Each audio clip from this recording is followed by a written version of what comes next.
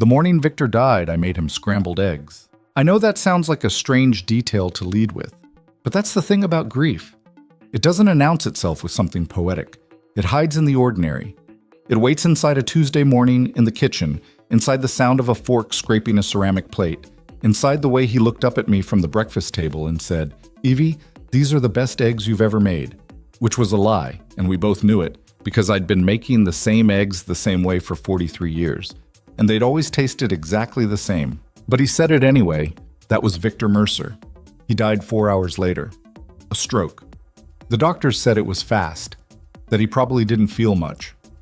I held his hand in the hospital room and I talked to him even after the monitor went flat, because I didn't know what else to do with my hands or my mouth, or the 43 years I was suddenly supposed to carry alone. I was 70 years old, and I had never felt so young and so completely destroyed at the same time. The weeks after Victor's death moved the way weeks do when someone has been taken out of the center of your life. Slowly and wrong, like a clock with a bent hand.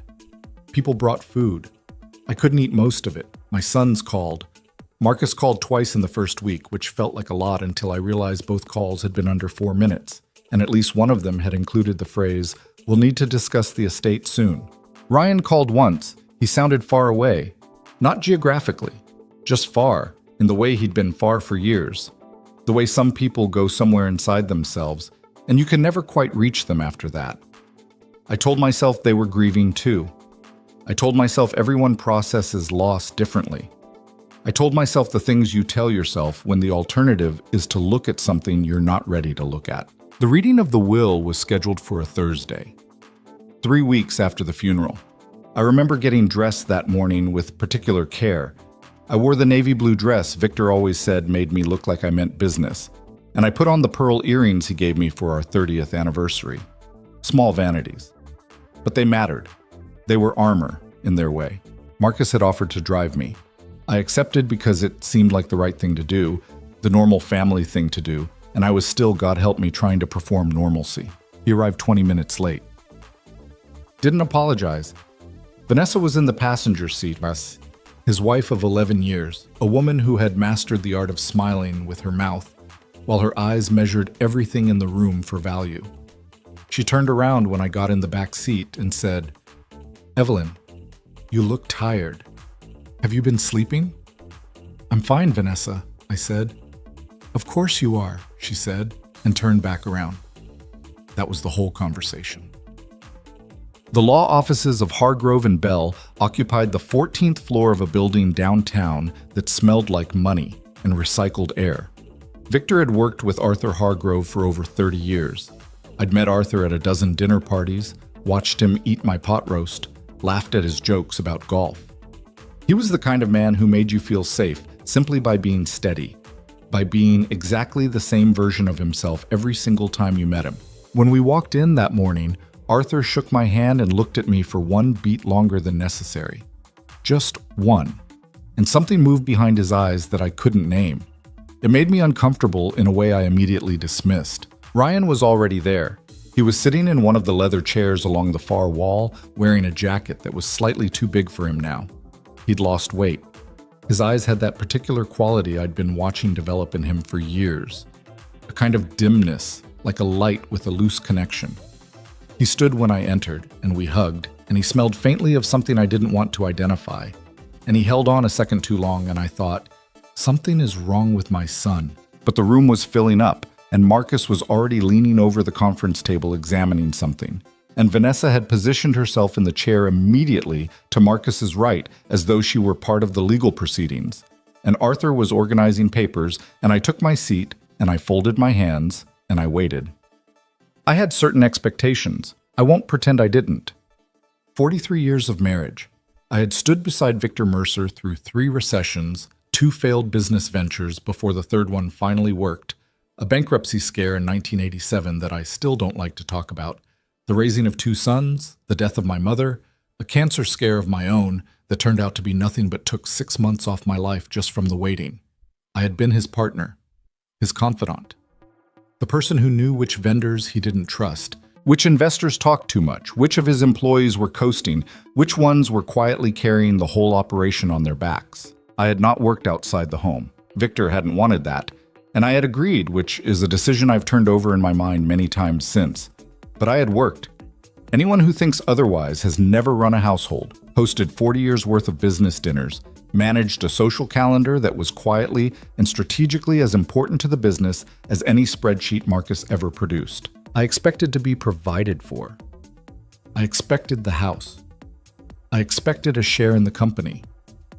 I expected, if I'm being completely honest, to be treated like someone whose 43 years had meant something. Arthur began reading. I won't detail every provision. Some of it was technical, the kind of language that slides past you in the moment and only makes sense later when you're sitting alone trying to reconstruct what happened. But here's what I understood. Victor's controlling shares in Mercer Consolidated, the company he had built from a single regional distribution firm into a $30 million enterprise, were divided between Marcus and Ryan, 60% to Marcus, 40% to Ryan, held in a managed trust given certain circumstances pertaining to Ryan's personal affairs, which, even in legalese, even read aloud in a room full of expensive furniture, sounded like what it was. Victor had known something was wrong with his youngest son. He had not trusted Ryan with full control. The house, the cars, the investment portfolios, the vacation property in Asheville, all of it, distributed, divided, addressed, and me. I sat there, and I listened, and I waited, and Arthur kept reading, and Marcus was nodding along like he'd already known every word, which he had. I understood that much later. And Ryan was staring at the table, and Vanessa was sitting very still with a small, satisfied expression that she was barely bothering to conceal. And then Arthur reached the end. He lowered the papers. He looked at me briefly, then away. He cleared his throat. "Mrs. Mercer," he said, "there is one final item designated for you." He reached into a manila folder and produced an envelope. An ordinary envelope. White. Slightly yellowed at the corners as though it had been sitting somewhere for a while. My name written on the front in Victor's handwriting. He slid it across the table to me. That was it. That was all. Awesome. For a moment, nobody spoke. And in that moment, that particular suspended moment, I think some part of me still believed there had been a mistake, a clerical error, another document, some explanation. Then Marcus leaned back in his chair. He made a sound, not quite a laugh, but something in that neighborhood. A sound that said, "This is exactly what I expected, and I find it slightly amusing." "Well," he said, picking up his pen, "I think that covers the major points." I looked at him. I looked at my son, my firstborn, the boy I had sat up with through ear infections and nightmares and the particular specific hell of 8th grade when he'd been bullied and wouldn't tell me until I found him crying in the garage. And I said, "Marcus." Just his name. Nothing else. He glanced up, met my eyes for approximately 1 second, then looked back down at the papers. "There's a lot to process, Mom," he said. "We can talk later." We can talk later. 43 years. An envelope. We can talk later. Vanessa was the one who spoke next. Of course she was. "Evelyn," she said, and her voice had that particular texture, so warm on the surface, like a blanket that's been stretched too thin. "I want you to know that Marcus and I have already been thinking about your situation. We don't want you to feel anxious." "My situation," I repeated. "Living alone at your age, in that big house? It's a lot." She tilted her head. Sympathetic, practiced. "We've actually looked into some very lovely facilities, places with activities, social programs, medical staff on site, for peace of mind." I stared at her. "For peace of mind," she repeated, softer this time, as though she were explaining something to someone who was having difficulty understanding. And right there, right in that conference room, with its recycled air, and its 14-story view, and its 43 years reduced to an envelope, I felt something happen inside me that I don't quite have the language for. It wasn't anger. Anger was too simple. It was more like standing at the edge of a very tall cliff and suddenly understanding exactly how far the drop was. I stood up. I picked up the envelope. I said, "Thank you, Arthur," because I was 70 years old and I still had manners, even when everything else had been taken from me. And I walked out. Marcus didn't come after me. Neither did Ryan. Ryan was still staring at the table when I passed him, and for just a moment I wanted to stop, to put my hand on his shoulder, to say, "What?" What was there to say? I kept walking. The elevator was empty. I stood in it for the 14th-floor descent, and I held the envelope against my chest, and I breathed the way Victor had taught me to breathe during the cancer scare. Slowly, through the nose, out through the mouth, one breath at a time, just the next breath, just the next one. I stepped out into the lobby and the doorman held the door, and I walked out onto the sidewalk and the September air hit me, and I stood there for a moment completely unsure where to go. I had taken a cab to the meeting. I decided that last minute, some instinct I hadn't examined too closely. Good instinct. I took a cab home now, sat in the back seat and watched the city move past the window, the envelope on my lap. Victor's handwriting on the front. Evelyn. That's all it said. Just my name. In his handwriting, which I would never see again on anything new. I cried in the cab. I'm not embarrassed to say that. The driver was kind enough to pretend not to notice, which is its own particular form of dignity, and I was grateful for it. The house was quiet, and the way it had been quiet for 3 weeks, which is to say it was not actually quiet at all, but full of the noise of absence, every room announcing what was no longer in it. Victor's reading chair still held the slight depression of his shape. His reading glasses were on the side table. I hadn't moved them. Hadn't been able to. I made tea I didn't want. Sat at the kitchen table, put the envelope in front of me. I didn't open it right away. I just looked at it. It occurred to me sitting there that this was possibly a letter of explanation, of apology. Victor was a private man, a proud man, a man who found certain things easier to write than to say, which I'd always understood about him, and which I'd always found a little heartbreaking. Maybe this was that. Maybe he'd tried to explain. Or maybe it was something else entirely. Victor had always been several moves ahead of everyone in the room. Even me, sometimes. Especially me, sometimes, which had occasionally frustrated me during our marriage in ways I'd never quite articulated. I picked up the envelope, ran my thumb along the edge. 43 years together, and it had come to this. A yellow-edged envelope on a kitchen table. A cup of tea going cold. I opened it. Inside were 2 things. The first was a folded letter, 2 pages, handwritten in Victor's precise and slightly cramped script, dated 8 months before his death. The second was a single index card with a series of numbers on it, an account number. A bank name I recognized, Swiss, a phone number with an international prefix, and a 4-digit code. I read the letter twice before I understood it. Then I sat very still for a long time. Then I read it again. Well, Evelyn, if you're reading this, then I've gone, and I wasn't able to say what I needed to say in the time I had left. I'm sorry for that. I'm sorry for a great many things, and I'll try to explain as much as I can here, though I've never been good at this, at opening things up and letting you see inside. You've always been better at it than me. There are things you need to know about our sons. I didn't want to believe them for a long time. I found ways not to, but the evidence became too clear to argue with, and by the time I accepted what I was looking at, I had already begun to make arrangements. I am asking you to trust me one more time. I know I may not have earned that trust with the way I've handled this, by keeping it from you, by trying to protect you from something that was going to affect you no matter what. That was wrong of me. You have always been stronger than I gave you credit for. That is my failure, not yours. The account number on the card is yours. It has always been yours. I have been moving funds there carefully over the past 4 years. There is $100 million in that account, Evelyn. I need you to hear that clearly. $100 million. It is in your name, not the family trust, not the company, yours alone. Do not tell the boys, do not tell anyone yet. There is more. I have left additional materials for you, a safe deposit box at First National on Clement Street. The key is taped to the back of the frame of our wedding photo, the one in the bedroom. The box contains everything you need to understand what has happened and everything you need to protect yourself. I love you, Evelyn. I have always loved you. I'm sorry I couldn't find a better way to tell you this in person. I'm sorry about a lot of things, but I have tried, in the only way I know how, to make sure you are not left unprotected.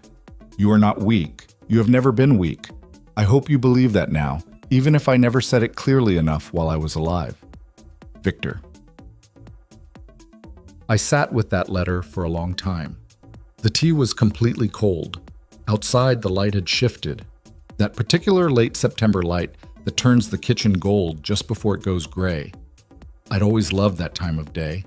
Victor used to say it was his favorite hour, the hour when the day starts keeping its promises. I read his words again and again. Not because I didn't understand them, but because understanding something and accepting it are two entirely different things, and I needed the repetition to close the gap. $100 million. 4 years of quiet, deliberate planning, a safe deposit box. There are things you need to know about our sons. I pressed my hand flat against the kitchen table. I could feel my own pulse in my palm. I focused on that.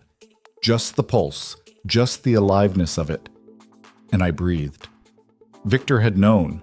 He had known something was wrong, and he had planned for it, and he had left me the means to face it. But he had also, and this was the thing I kept returning to, the thing that felt like a bruise being pressed, he had also left me sitting in that conference room not knowing any of it. He had left me to receive an empty gesture in front of my sons, to sit there absorbing Vanessa's particular kind of cruelty, to walk out of that office carrying nothing but an envelope while Marcus nodded and clicked his pen. Why hadn't he told me while he was alive? I sat with that question, let it take up its space, didn't push it away. He was protecting me. Yes, that was his explanation, and I believed it, because I knew him and I knew how he worked. He'd always tried to carry things alone, to resolve them before they reached me. It was something I had loved about him and resented about him in equal measure for 43 years. But it had also left me unprepared. It had left me sitting in that conference room believing I had been erased. You are not weak. You have never been weak. No, I wasn't. But I was going to have to prove that to myself now, not to him. He was gone. The proof was for me. I found the key exactly where he said it would be. The wedding photo was in a silver frame on the dresser in the bedroom. The two of us at 27 and 32, laughing at something just off camera, caught in a moment of genuine happiness that the photographer had had the good sense to simply capture without interrupting. I had looked at that photo nearly every day for over 4 decades without ever feeling what I felt looking at it now. The key was taped to the back. Small. Brass. A plain white paper tag attached with a rubber band, the box number written in Victor's handwriting. I held it in my palm. You've always been stronger than I gave you credit for. I know, I thought, but thank you for finally saying it. I went to First National on Clement Street the next morning when they opened. I'd barely slept. Not from anxiety exactly, but from that particular kind of alertness that comes when your mind is reorganizing itself around new information, rebuilding its understanding of your own life. The woman at the bank was professional and brief. She led me to the deposit box room, left me alone, and closed the door with a soft and final click. I sat down at the table, set the box in front of me, opened it. What was inside required more than a night to fully process. It would, in fact, take me several weeks, working with people I'd not yet reached out to, reading documents in Victor's careful hand, studying files that represented years of quiet and methodical investigation. But that first morning, in that small room, I understood the broad strokes. Victor had hired a private investigator sometime around 3 years before his death. The investigator's reports were thorough, detailed, and absolutely damning. Marcus. The picture that emerged was of a man who had been systematically siphoning money from Mercer Consolidated for at least 4 years. Not stealing in the obvious sense. There were no missing cash deposits, no crude theft. It was more elegant than that, and somehow worse. Shell companies. Inflated vendor contracts paid to entities Marcus controlled. Consulting fees paid to non-existent consultants. The money funneled from the company into accounts that serviced one single overwhelming liability: Marcus's gambling debts. The number totaled across all the documentation Victor had assembled was slightly over $6 million. $6 million extracted from his father's company to pay for a compulsion that Marcus had apparently been hiding since his mid-30s. Ryan. The picture was different, and in some ways harder to look at. Ryan hadn't stolen anything. Ryan was in his way a victim, though not an entirely innocent one. The investigators' reports described a years-long slide into substance dependency that had connected Ryan through a chain of people and places I didn't want to think about my son inhabiting to a group that the reports described as organized criminal associates. Ryan owed money to people who did not accept apologies in lieu of payment. He had borrowed against future inheritance. He had, according to the reports, made representations to certain parties about what he stood to receive from his father's estate. This was why Victor had placed Ryan's shares in a managed trust. It was also, I realized, why those certain parties might be very interested in Ryan's inheritance, and why Ryan himself might be in danger if that inheritance evaporated or was redirected. But there was one more document, tucked at the bottom of the pile, printed on plain paper, dated 4 months before Victor's death. It was a plan, written in my son's own words, evidenced by emails Victor had somehow obtained, printed, and annotated in his handwriting. Marcus had proposed it. Ryan had agreed, though apparently with reluctance. The plan was elegant in its ugliness: to have me declared mentally incompetent, to cite age-related cognitive decline, to produce a doctor, the name circled in Victor's handwriting, willing to provide the necessary assessment, to have me removed from the house, placed in a memory care facility, secured, contained, harmless, manageable, out of the way, so they could divide whatever remained without interference, so they could ensure that if Victor had left me anything at all, they could redirect it, control it, take it. I sat in that small room for a very long time. The fluorescent light above me hummed. Somewhere outside the closed door, I could hear the ordinary sounds of a bank, conversations, a printer, footsteps, the sounds of people going about a normal day. I thought about Marcus at 8 years old, standing in the kitchen doorway after a nightmare, not wanting to admit he was scared, the way he'd stood there in his pajamas pretending to want a glass of water. I thought about Ryan at 16 showing me a drawing he'd made, landscapes, careful and detailed, and how I'd kept every single one in a folder in the top drawer of the hall closet because I'd wanted him to know his work was worth keeping. I thought about 43 years. I thought about scrambled eggs on a Tuesday morning. Then I thought about the conference room, the envelope sliding across the table. We can talk later. Vanessa's particular smile, lovely facilities, social programs, peace of mind.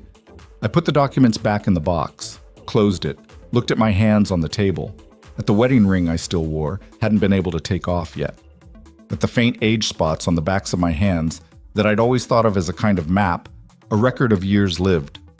You are not weak. No, I was not. What I was becoming, sitting in that small room under the fluorescent hum with my husband's investigation spread across the table, was something I didn't have a precise word for yet. Decided, maybe. Awake, maybe. A woman with a plan. I called Eleanor Hayes from the parking lot of the bank. Eleanor was a name I'd encountered at the bottom of Victor's letter, after the signature, in a postscript he'd added in slightly smaller writing, as though he'd almost forgotten. P.S. Eleanor Hayes. She knows you're coming. I've told her everything. Trust her. Eleanor Hayes turned out to be an attorney, not a name I recognized, which was clearly intentional.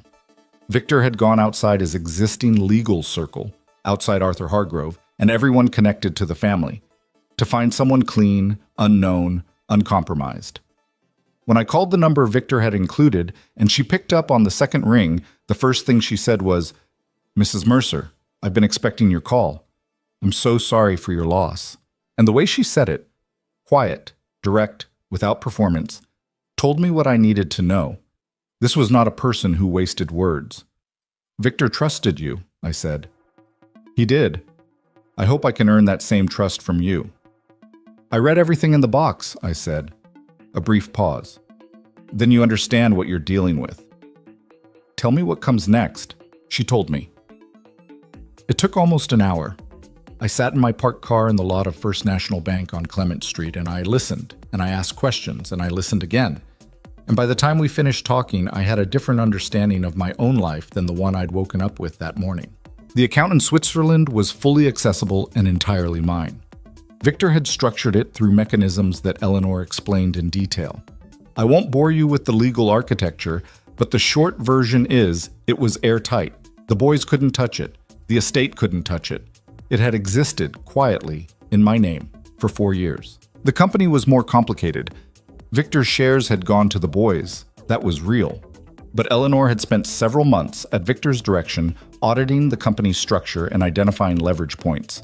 The short version of that was certain key agreements, certain foundational contracts that held Mercer Consolidated together, required signatures that ultimately ran through instruments Victor had structured in ways the boys didn't fully understand and hadn't thought to examine. "Can they run the company without those instruments?" I asked. "They can try," Eleanor said. "For a while, maybe 6 months before they hit a wall. And those instruments are yours to control, legally, unambiguously." I looked out the windshield at the parking lot. An old man was loading grocery bags into a car 2 spots over, methodical, 1 bag at a time. "They think I have nothing," I said. "Yes," Eleanor said. "They're planning to have me declared incompetent." Another pause. "Victor told me." "Yes, we've been tracking the preparation of that assessment. We know the physician involved. We have evidence that calls his independence into question." "So we're ready," I said. "We're ready," she said. "When they move, we move. We let them walk into it." I sat with that for a moment. The old man finished with his groceries and drove away. "How long do you think?" I asked. "A few weeks," Eleanor said. "Maybe less."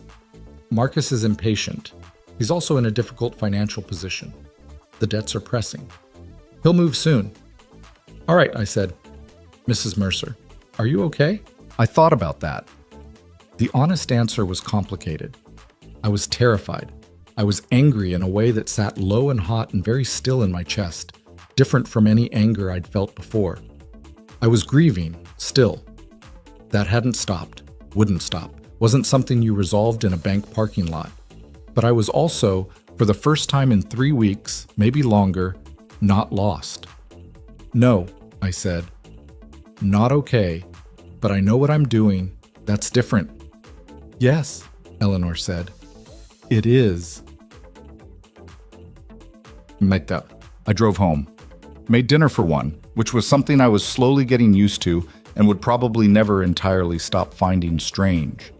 Sat at the table where Victor had eaten scrambled eggs on his last Tuesday morning, and I ate my soup, and I looked at the empty chair across from me, and I let myself feel all of it. The loss and the anger and the grief and the something new that didn't have a name yet but felt like ground under my feet after weeks of falling. After dinner, I washed the bowl, dried it, stood at the kitchen sink looking out the window at the backyard, at the old oak tree Victor had planted when we first moved in. It was 30 feet tall now, roots deep as memory. I thought about my sons, not with hatred. Hatred was too easy, too clean. What I felt was more complicated. The grief of understanding that the people you created are capable of this. That love doesn't immunize anyone. That somewhere along the way something had gone wrong in both of them. And I didn't know yet how much of that was their choices and how much was failure I'd have to account for. But I thought about Vanessa's face in the conference room, that small, satisfied expression. Lovely facilities. I dried my hands, turned off the kitchen light, started making a list. The next 3 weeks were the quietest 3 weeks of my life, and also the most purposeful. I met with Eleanor in person, her office across town, nothing connected to anyone who knew my family. We went through everything methodically, document by document. I signed what needed to be signed. I was briefed on what we knew, what we could prove, and what our response would be when the time came. Eleanor had a colleague, a former prosecutor named James Coates, who had moved into private practice and specialized in exactly this kind of case: elder financial abuse, fraudulent competency proceedings, the legal machinery that certain families used against their vulnerable members. James had the look of a man who'd spent 20 years being professionally angry on behalf of people who couldn't be angry for themselves. I liked him immediately. "The Dr. Marcus has lined up," James told me at our second meeting, spreading papers across the conference table, "is named Aldrich Fontaine. He's board certified in psychiatry, but his license has a complaint on it from 2018. Another family, similar circumstances, similar arrangement. It was settled quietly. We have the records." "Enough?" Eleanor asked him. "Enough," he said. "Plus we have the emails between Marcus and Fontaine. 2 of them reference payment. One of them," he slid a printed page across to me, uses the phrase, ensure the appropriate finding. I read that line. Ensure the appropriate finding. I set the paper down. Let them come, I said. Both of them looked at me. I mean it, I said. Let them come. I want to be there when it happens. I want to look Marcus in the eye. James and Eleanor exchanged a brief glance. That's your call, Eleanor said. We can arrange it. Good, I said. It happened on a Wednesday, 3 weeks and 2 days after the reading of the will. Early morning, which Marcus had always believed was when people were least prepared, least defended. It was a strategy I recognized. He'd used it in business too. I was in the kitchen when I heard the car pull up, then another. I looked out the window and saw Marcus's car, and behind it another vehicle. A town car, dark blue. I had known they were coming. Eleanor had sources I won't go into. We'd had a 24-hour window of preparation. The doorbell rang at 8:15 in the morning. I went to the door and opened it. Marcus was on the front step, Vanessa behind him, slightly to his left, and behind her a man I didn't recognize but who fit the description I'd been given, mid-50s, carrying a leather briefcase, wearing the particular expression of someone who has decided in advance what they are going to find. Dr. Aldrich Fontaine. Mom, Marcus said. Not good morning. Not how are you. Just Mom, like a tool. Marcus, I said. We need to talk. Can we come in? I stepped back from the door. They came in. I led them to the living room, the formal living room, not the kitchen, and I did not offer them coffee, which was not an accident. Evelyn, Vanessa said, looking around the room with that same measuring expression. This is Dr. Fontaine. He's a specialist. We thought it might be good for you to have someone to talk to. Just a conversation, given everything you've been through. Just a conversation, I said. Exactly, Marcus said. He sat down without being invited to. Look, Mom, we're worried. You've been alone in this house. The will was... I know it wasn't what you were expecting. I know it was hard. Was it? I said. He blinked. What? Was it hard? I said. Watching me open that envelope, was it hard for you? Something shifted in his face, just briefly. Of course it was. No? I said. It wasn't. I watched your face, Marcus. It wasn't hard for you at all. Silence. Dr. Fontaine cleared his throat. Mrs. Mercer, I wonder if we might... Just a moment, doctor, I said. And then I went to the door of the living room, and I opened it, and Eleanor Hayes and James Coates and a detective named Rosa Vieira from the Financial Crimes Division of the City Police walked in, Chad. The look on Marcus's face. I have thought about it many times since. Not with pleasure, exactly. With something more complicated. It was the look of a man watching the floor disappear under his feet. Not all at once, but slowly. Each plank giving way in sequence, each certainty dissolving. He stood up fast, nearly knocking over the side table. What is... Sit down, Marcus, I said. He didn't, not right away. But when James Coates stepped forward and introduced himself and his credentials, and when Detective Vieira followed with hers, and when Eleanor began laying documents on the coffee table with the careful efficiency of someone who had done this before and intended to do it correctly, Marcus sat down. Vanessa had not moved. She was standing very still, and her expression had changed completely. The warm surface smile was gone. What was underneath it was colder than I expected, even knowing what I now knew about her. Dr. Fontaine was already edging toward the door. Doctor, James said pleasantly, I'd ask you to stay. Detective Vieira has some questions. I will not pretend that the next several hours were simple or clean. They weren't. Legal proceedings never are, and what happened that morning in my living room was the beginning of a process that would take months to fully resolve. But the architecture of what Victor had built, quietly over years, the protections he had put in place, the documentation he had assembled, the legal structures through which I held control of far more than anyone had known, held. It held completely. Marcus wanted to fight it. For about 20 minutes, he wanted to fight it. He made noises about contesting, about alternate interpretations, about the validity of various instruments. James Coates placed the emails between Marcus and Dr. Fontaine on the coffee table. Ensure the appropriate finding. Marcus went quiet. And in that quiet, I looked at my son, my firstborn, the boy who had wanted a glass of water in the middle of the night when he was really just scared. "Why?" I asked him. Just that. He looked at me. For the first time in years, maybe in longer than I wanted to count, he actually looked at me. He didn't answer, but his eyes, for just a moment, looked like the eyes of someone who knew they had done something that couldn't be undone. It wasn't enough. It wasn't close to enough, but it was something. Ryan wasn't there that morning. I had wondered if he would be, and he wasn't. Later, I would learn that he had known what was planned and had not been able to bring himself to participate. That distinction would matter to me, though not as much as I might have expected. There was still so much to face, so much that hadn't yet been resolved. Victor's investigation had mapped the territory, but I was the one who had to navigate it.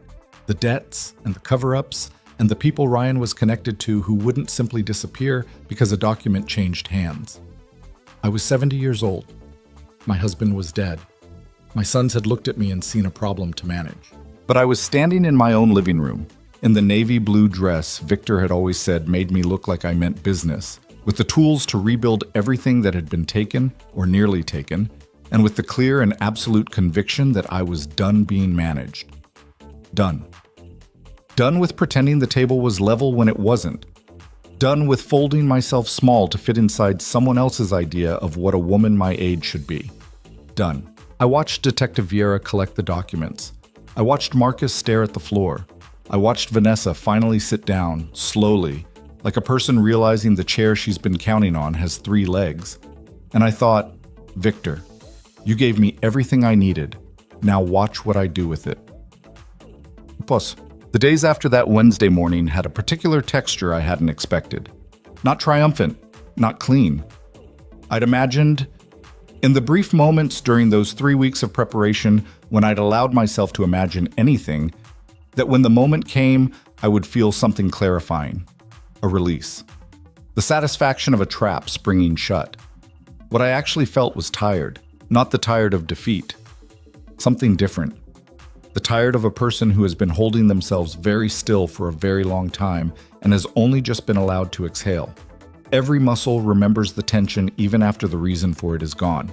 Marcus had been escorted out of my house by Detective Vieira with a document in his hand and a date circled on a calendar. A formal interview. Not an arrest, not yet, but the beginning of a process that he now understood was real and was moving. Vanessa had walked out behind him without looking at me, which was its own kind of answer to questions I'd been carrying for 11 years. Doctor. Fontaine had provided his information to the detective with the specific cooperativeness of a man who had immediately grasped that his best option was to be useful, and then they were all gone. Eleanor and James stayed another hour. We went through the next steps methodically. What filings would happen when, what notifications needed to go out, what I should and should not say if Marcus called. James had the particular quality of a very experienced person who has learned to strip the emotion out of logistics, not because he doesn't feel anything, but because emotion and logistics need different rooms, or they ruin each other. He'll call tonight, James said, gathering his papers. Or Vanessa will. They'll try to frame it as a misunderstanding, a family matter, something that can be resolved privately. And I say? Nothing, he said. You refer them to me. That's it? That's it. Every word you say to Marcus right now is a variable. The fewer variables, the better. I understood that. I'd been married to Victor Mercer for 43 years. I knew something about the discipline of not saying everything you were thinking. After they left, I sat in the formal living room, the one they'd all just occupied that still had the particular charged stillness of a room where something significant has happened. And I looked at the coffee table where Eleanor had laid out the documents, now gone, and I thought about Marcus's face when he'd seen them. That look. I kept coming back to it, the floor disappearing under him, plank by plank. Here's the thing. No one tells you about confronting someone who has hurt you. It doesn't stop the hurt. It changes it, transforms it into something different in shape and weight, but it doesn't end it. I had just dismantled my son's plan to have me locked away, and I still loved him. Not blindly, not without anger. But the love was still there, exactly where it had always been. which was both a comfort and a particular kind of grief, because loving someone and being willing to hold them accountable are not mutually exclusive, and our whole lives we are taught to act as though they are. I did not hear from Marcus that night. I heard from Ryan. He called at 10:15. I was in bed but not sleeping. I hadn't been sleeping through the night since Victor died, just lying in the dark listening to the house settle around me, learning the sounds of it without another person breathing nearby. I picked up on the third ring. "Mom," Ryan said. His voice. It did what it always did to me. Activated some frequency I didn't have access to with anyone else. Your children's voices do that. It's not rational. It doesn't care what they've done. "Ryan." A long pause. I could hear him breathing. Could hear something in the background, like television maybe, or the street outside wherever he was. "I heard what happened," he said. "Did you?" "Marcus called me. He's..." A short sound. Not a laugh. "He's losing his mind. He said you had lawyers there. And a cop." "A detective," I said. "From the Financial Crimes Division." Another pause. "Mom," he said, and now his voice had that quality. Stripped of performance, just raw and directionless. The voice of someone who doesn't know how to have this conversation but is having it anyway. "I need you to know I wasn't part of the doctor thing, the Fontaine thing. That was Marcus." "I know," I said. Silence. "You know? Your father's investigator was thorough, Ryan." The silence on his end was different after that. Heavier. "He knew," Ryan said. Not a question. "He knew," I confirmed. "Everything?" I thought about what to say. The honest answer was yes. The documented answer was yes. But sitting in the dark listening to my youngest son's voice, I was aware that everything covered a great deal of territory, and some of it was going to require conversations I wasn't ready to have at 10:15 on a Wednesday night. "Enough," I said. He knew enough. Ryan didn't say anything for a long time, long enough that I checked the phone to make sure the call was still connected. "I'm sorry," he said finally. 2 words. Quiet. Not the practiced apology of someone managing a situation, the other kind, the kind that sounds like it costs something to say. "I know," I said. "That's not..." He stopped. "That's not going to fix anything." "No," I said. "It's not. I don't know how to fix it." "I know that too." Another pause, then, "Are you okay?" And there it was. The question I hadn't been able to answer honestly for weeks. Not to Eleanor, not to James, not to myself in the bathroom mirror in the mornings. "Ask me that again in 6 months," I said. He let out a breath. "Yeah." "Ryan." "Yeah." "You need to call Eleanor Hayes tomorrow morning. I'm going to give you her number. She's an attorney. Mine. She's going to ask you some questions, and you're going to answer them honestly." Silence. "About the people you owe money to," I said. The silence became a different shape. "Mom, I know about them, Ryan. I know what the connections look like, and I know what you borrowed and what you promised. You can either talk to Eleanor first, or you can wait until the situation resolves itself in a way that is much worse for you. Your choice." I could hear him breathing, unsteady. "Those people," he said quietly, they don't just take meetings with lawyers, Mom. This isn't a negotiation situation." "Let Eleanor determine what kind of situation it is," I said. "That's her job. She doesn't know who she'd be dealing with. She has a former prosecutor on her team who has spent 15 years dealing with exactly the kind of people you're describing," I said. "Trust me or don't, but I'm your mother, and I'm telling you that the path you're on right now ends somewhere you cannot come back from." Silence. Long enough that the oak tree outside my bedroom window moved in the night breeze and its shadow shifted across the ceiling. "Okay," Ryan said finally. "Give me the number." I gave it to him. He repeated it back to me, twice, which told me something about the state he was in, that need for confirmation, that reluctance to trust his own retention. "Good night, Ryan," I said. "Mom." A pause. I don't know what I am, but I'm sorry." "I know," I said again. I hung up and lay in the dark and stared at the ceiling and let myself feel the weight of that conversation. The love and the damage and the complicated arithmetic of how you hold both at the same time. Victor had known this would fall to me. He had prepared me for the legal and the financial, but this, the actual human wreckage of what had happened to our family, this was mine to navigate alone. He had handed me the tools. He hadn't been able to hand me a way through the grief of needing them. Marcus called at 8 the next morning. Not Vanessa, not a lawyer. Marcus. I let it go to voicemail because James had told me to, and because even setting aside legal strategy, I knew I wasn't ready for that conversation. Not yet. I needed to be fully assembled before I spoke to my oldest son again. The voicemail was 3 minutes and 40 seconds long. I listened to it once, then again, then sent the recording to James. Marcus's voice in that message was something I hadn't heard in years, maybe ever. He cycled through registers. The beginning was controlled, measured, the voice he used in boardrooms, the one that said, "I am in charge of this situation." By the middle, he was into something more ragged. By the end, he was pleading, which was the word for it, even though I suspected he would have died before using it himself. "Mom, just call me back. We can figure this out. Family doesn't have to go to court over family business. Dad wouldn't have wanted this. You know that. You know him. You know he believed in handling things privately. Just call me, please." Using Victor against me. That was the move. That particular piece, Dad wouldn't have wanted this, landed with the precision of something calculated. And it also landed with the messiness of something that was, despite the calculation, at least partly genuine. Because Marcus didn't fully understand what Victor would and wouldn't have wanted. But he knew his father well enough to know that Victor had hated public scandal, had operated by the principle of resolving things within the walls of the family rather than dragging them into the light. What Marcus didn't understand was that Victor had looked at the evidence and decided those walls needed to come down. I didn't call back. James sent a formal communication to Marcus's attorney that afternoon. The weeks that followed were structured and slow and relentlessly demanding in the way that legal processes always are.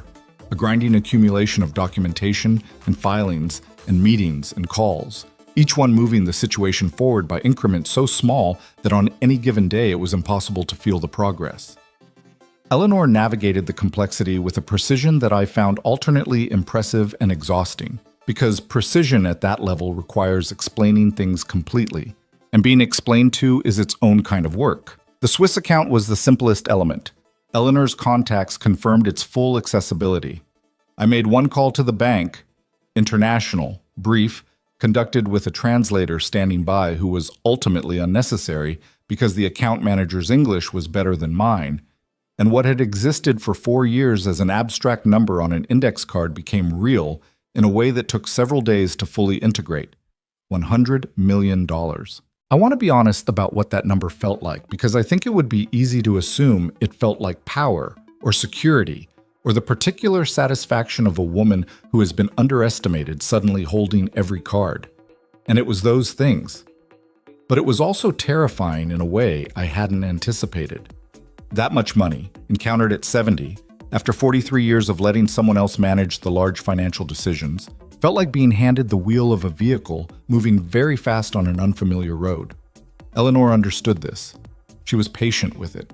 She introduced me to a financial manager named Conrad Park, careful, methodical, the kind of man who explained things without condescension, who treated my learning curve as a reasonable feature of the situation rather than a problem to be managed around. "You don't have to understand all of it immediately," Conrad told me at our first meeting, "but you do have to understand enough to make real decisions. And in my experience, most people understand more than they think they do once someone actually explains it to them properly." "Victor managed all of this," I said. "I know. A lot of wives in your situation say that. Not unkindly, just directly. Here's what I've found. The ones who struggle are the ones who keep waiting to feel ready. The ones who do fine are the ones who decide to engage with it before they feel ready." I engaged with it. Not gracefully, not without mistakes or confusions or moments in Conrad's office when I had to ask him to repeat something twice because my mind had snagged on something else entirely. But I engaged. That, I was beginning to understand, was the whole practice of this new chapter. Engaging before you felt ready, because ready was a feeling that might not arrive until after the moment had already passed. What I hadn't anticipated was Vanessa, not her presence. I'd fully expected her to remain in the conflict as long as it served Marcus. What I hadn't anticipated was what emerged about her role in the construction of the plan. James brought it to me at our fourth meeting, laid a series of printed messages on the conference table with the same careful deliberateness he used for everything. "These are communications between Vanessa and Dr. Fontaine," he said, "separate from Marcus's communications. She initiated contact with him first, a full 6 weeks before Marcus did." I looked at the messages, read them carefully. "She went to him independently," I said. "Yes, before Marcus." The timeline is clear. I sat back, processed that. Vanessa, whom I had always understood as an architect of pressure within their marriage, someone who knew which direction to push and when, had apparently been an architect of this plan in ways that preceded even her husband's direct involvement. "He didn't come up with it," I said slowly. "It appears she presented him with a framework that he then developed," James said. "She built the room and convinced him to walk into it." James nodded once. I thought about 11 years of Thanksgiving dinners. 11 years of Vanessa at my kitchen table asking if I'd been sleeping, commenting on the house, suggesting in small and nearly imperceptible ways that I was a little slow, a little behind, a little more in need of assistance than I realized. A campaign that long, patient and sustained and entirely deliberate. "What does this mean legally?" I asked. "It strengthens the case considerably. It also opens the question of what Vanessa's individual exposure looks like, separate from Marcus." "Her individual exposure," I repeated. "Yes." I looked at the messages again. The careful, pleasant language of them. The way she'd framed a scheme to have me institutionalized as a welfare concern and a family responsibility. The way she'd referred to me throughout, not by name, just as the mother, which told you everything you needed to know about the architecture of her contempt. "Let's find out," I said. "Sam, Ryan came to the house that Sunday. He called ahead, which he hadn't always done, and I was aware that the call ahead was itself a kind of signal, a recognition that he no longer assumed access, that something had shifted in his understanding of how things stood between us. I told him to come, made coffee, sat at the kitchen table and waited. He looked bad. Not differently bad than he'd looked for years, but concentratedly so. Thinner, with that loose connection quality in his eyes that worried me more than almost anything else about him. He came in and sat down and wrapped both hands around his coffee cup, like it was something to hold on to. We didn't go straight to it. We talked for a while about small things, the weather, the neighborhood, a restaurant on Clement Street that had closed after 30 years. It was both strange and completely natural, the way those conversations are with people you've known your entire lives and have also hurt each other.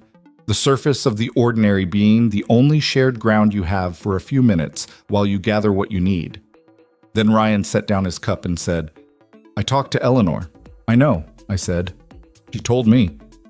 She's..." He paused. "She's very direct." "Yes. She told me what I'm looking at, legally.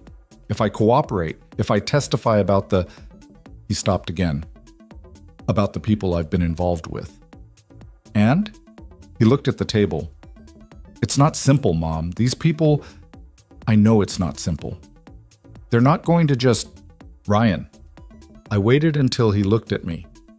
"I know it's not simple, but there are people working on your situation who understand the complexity. What I need to know is whether you're going to let them help you." He looked at me for a long time, and I looked back at him, at my son, my 39-year-old son, who had the eyes of a man who had been running from something for so long he'd forgotten what it felt like to stand still. And I felt the full weight of everything I didn't know how to fix about him. All the years, all the calls that had come too late or not come at all, all the drawings in the folder in the hall closet that I still hadn't been able to take out and look at. "Yeah," he said finally. "Yeah, I'm gonna let them help." "Okay," I said. "Okay," he repeated, like it needed the echo to become real. I got up and I poured him more coffee and I asked if he was hungry, and he said yes, and I made eggs. The same eggs I'd always made, the same way I'd always made them. And we sat across from each other at the table where Victor had eaten breakfast on his last morning, and we ate without talking much, and it wasn't repaired, not remotely, Not even close. But it was present. It was honest. It was two people who had things to account for, sitting at the same table, not running. That had to be enough for now. It was all we had. What? The moment that undid me, in the way I hadn't been undone yet, through all of it, came on a Tuesday 3 weeks later. I was in Victor's study. I'd been avoiding it. 43 years of marriage had trained me to knock before entering. He hadn't asked for that. It was just a habit I'd developed, a recognition of the room as his, and I'd kept doing it even after he died, which is the kind of thing grief does to you, preserving the gestures of a person's presence long after the person is gone. I was going through his desk, not for legal reasons. Eleanor and James had already done a formal review. This was different. This was personal archaeology, the slow sorting of a life. In the bottom drawer, underneath a stack of industry magazines from the early 90s, I found a notebook. Small, cloth-covered, the kind he'd always used for personal notes rather than business. I recognized it immediately. He'd had it for years, and I'd seen it on the desk or in his jacket pocket more times than I could count, but I'd never looked inside. Private, that notebook. One of the many things about Victor I'd understood without asking. I opened it. Most of it was what I'd have expected. Notes on meetings, numbers, names, fragments of thinking on paper that ran to 2 or 3 lines and then stopped.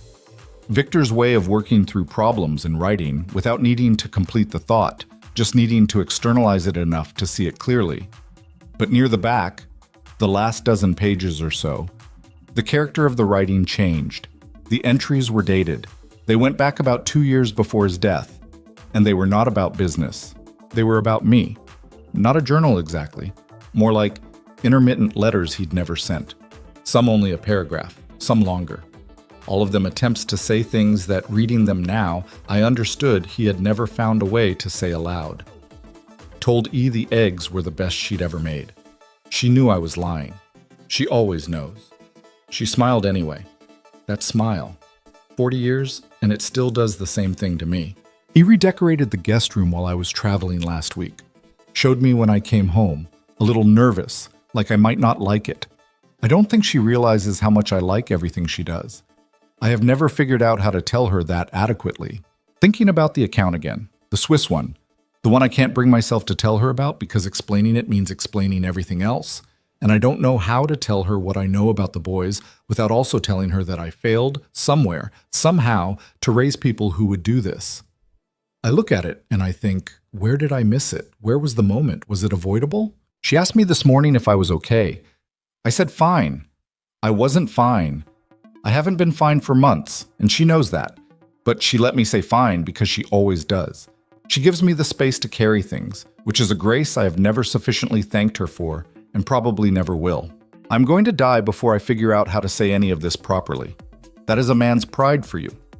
That is exactly what she's had to live with for 43 years, and she has never once made me feel small for it. I stopped reading somewhere around the 5th entry. Not because I wanted to stop, but because I couldn't continue without putting the notebook down and pressing both hands over my face and just breathing. Just being in it. He had loved me. I had always known that, in the way you know things that exist at the foundation, below argument, below the daily friction of a long life shared, below even the ways we had failed each other. But there is a difference between knowing something and holding evidence of it in your hands, between the fact and the document, between believing you were loved and reading, in your dead husband's handwriting, the exact and specific ways that love had operated in his private mind. I sat in his chair for a long time. The study smelled like him still, faintly, wood polish and the particular paper smell of old books, and something underneath that was just him, just Victor, that I would not be able to name if I tried but would recognize anywhere on earth. I thought about the scrambled eggs. I thought about the Swiss account and the notebook and the investigators' reports and the safe deposit box. All of it. All the vast and careful architecture of a man trying to protect a woman while also being unable to simply tell her what was happening. I have never figured out how to tell her that adequately. 70 years old, and I was sitting in my dead husband's chair, crying in a way I hadn't let myself cry yet. Not the controlled grief of the hospital, or the stunned grief of the funeral, or the tired grief of the weeks afterward, but the real thing, the deep thing, the kind that doesn't care about dignity or composure. Victor was gone. He wasn't coming back.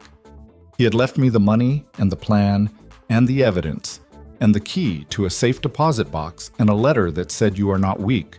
But he had not left me the ability to tell him that I already knew that I had always known that what I'd actually needed all those years was not protection from hard things, but a partner to face them beside me. That was the thing he'd gotten wrong. The one thing. And I couldn't tell him. I closed the notebook, held it against my chest.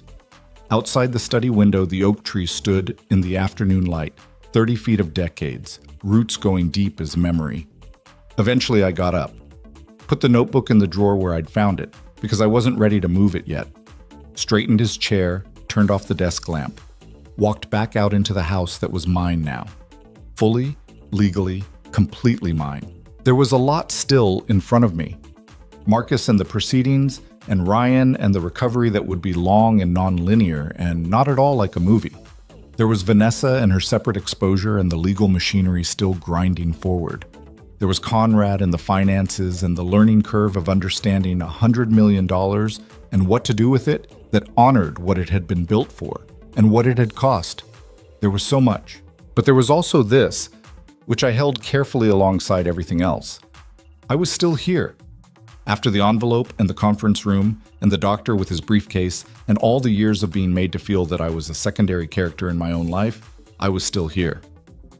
Standing in Victor's hallway in my navy blue dress, the one he said made me look like I meant business.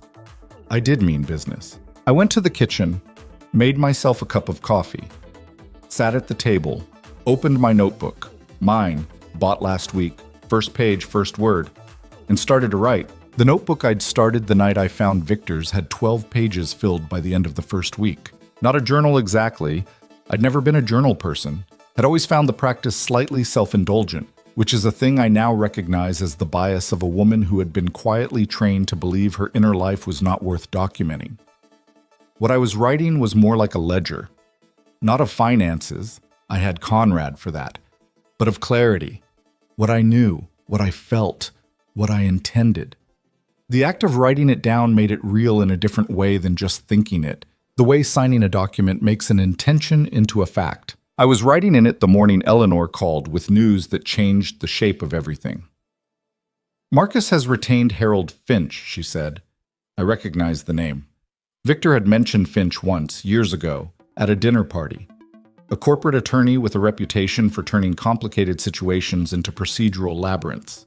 The kind of lawyer you hired not because you thought you could win, but because you wanted to make winning expensive for the other side.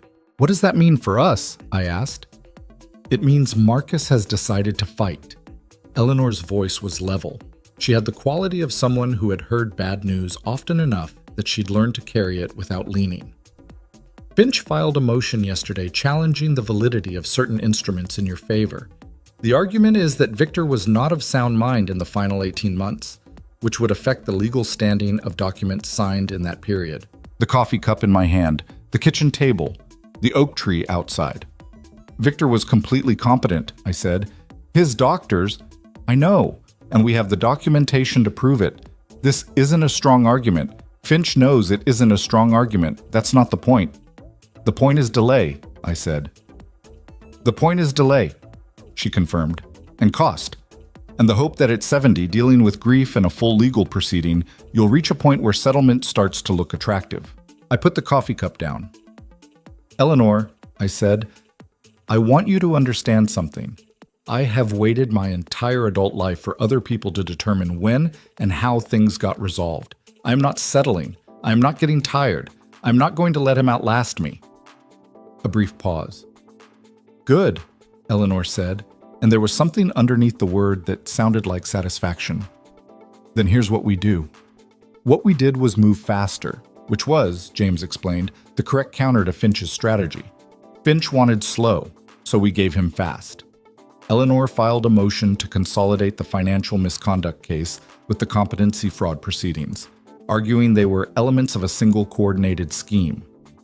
James reached out to the financial crimes detective to accelerate the evidentiary review. Conrad produced, in under 2 weeks, a forensic accounting summary of the $6 million Marcus had extracted from Mercer. Consolidated, not an estimate, not a projection, but a document-by-document reconstruction of every transaction, every shell company, every inflated vendor contract over 4 years. It was 63 pages long. It was precise to the dollar. It was irrefutable. I read the entire thing, twice, because I needed to understand it, not just possess it. Because the women in this story, in every version of this story, in every family where this kind of thing happens, are handed documents and told to trust the people managing them. And I had spent 43 years trusting people to manage things, and I was done with that model. Conrad was patient with my questions. He had a whiteboard in his office, and he used it, which I appreciated. There is something about seeing numbers move through space that makes them real in a way that pages of figures don't. "Here," he said one afternoon, drawing a line between 2 boxes on the board. "This entity, Meridian Consulting LLC, received $400,000 in 2021 from Mercer Consolidated's operating budget, framed as a strategic advisory fee." "Marcus's company," I said. "Beneficial owner, yes. The LLC was registered in Delaware, single member, no employees, no website, no discernible business activity. He billed his father's company for advice he gave himself. Essentially." I looked at the board. How did Victor miss it? "He didn't," Conrad said. "He flagged it in late 2021. That's when he hired the investigator." I sat with that.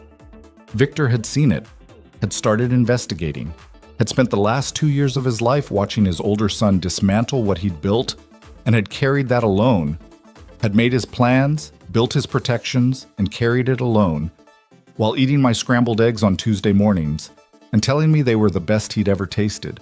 That combination of love and silence. That was Victor. That would always be Victor. "Okay," I said. "What's next?" The deposition was scheduled for a Thursday, 4 weeks after Marcus had retained Harold Finch. I was not legally required to attend Marcus's deposition. Eleanor advised against it, in fact, with characteristic directness. "There's nothing to gain and several things to lose. You seeing him rattled can make you feel better for exactly 1 afternoon, and then it's just a variable in the room." I understood the argument. I also understood that I had sat in that conference room on a Thursday and let my sons look at me like I was already gone, and that there was something in me, not the legal me, not the strategic me, but the actual 70-year-old woman who had made 43 years of scrambled eggs and raised 2 children and buried her husband. That needed to be in that room. "I'm going," I told Eleanor. She looked at me for a moment, then, "All right, then we prepare you for it." We did. Eleanor and James spent 2 sessions with me, not on the legal questions, which were theirs to handle, but on the specific and peculiar discipline of sitting in a room with someone who has wronged you and maintaining the precise facial expression of a person who has already won. James called it composed authority. He had a way of making things that were actually very difficult sound like skills you could simply learn, which was either reassuring or slightly infuriating depending on the day. "You don't react," he told me. "Not to his voice, not to his arguments, not to whatever Finch tries. You are simply present. That's your job." "That's harder than it sounds," I said. "Yes," he said. "It is. But you've been managing your reactions to Marcus your entire life. You're better at this than you think." That landed somewhere. I let it. Assent. The deposition was held in Finch's offices. A deliberate choice, Eleanor noted, because Finch liked to control the environment, liked the home field advantage of his own conference table, and his own recycled air, and the slightly intimidating height of his building's floor.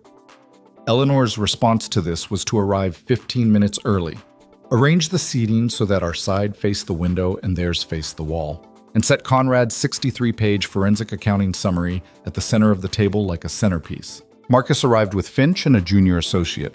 He walked in and saw me and stopped, just for half a second, barely visible, but I saw it. I had been watching Marcus's tells since he was 8 years old, pretending he didn't want a glass of water. He sat down across the table. He had dressed carefully. The dark suit, the conservative tie, the presentation of a serious businessman. His face was arranged in a version of the expression he used in meetings, controlled, slightly bored, as though this were a minor inconvenience in an otherwise scheduled day. I looked at him, did not look away.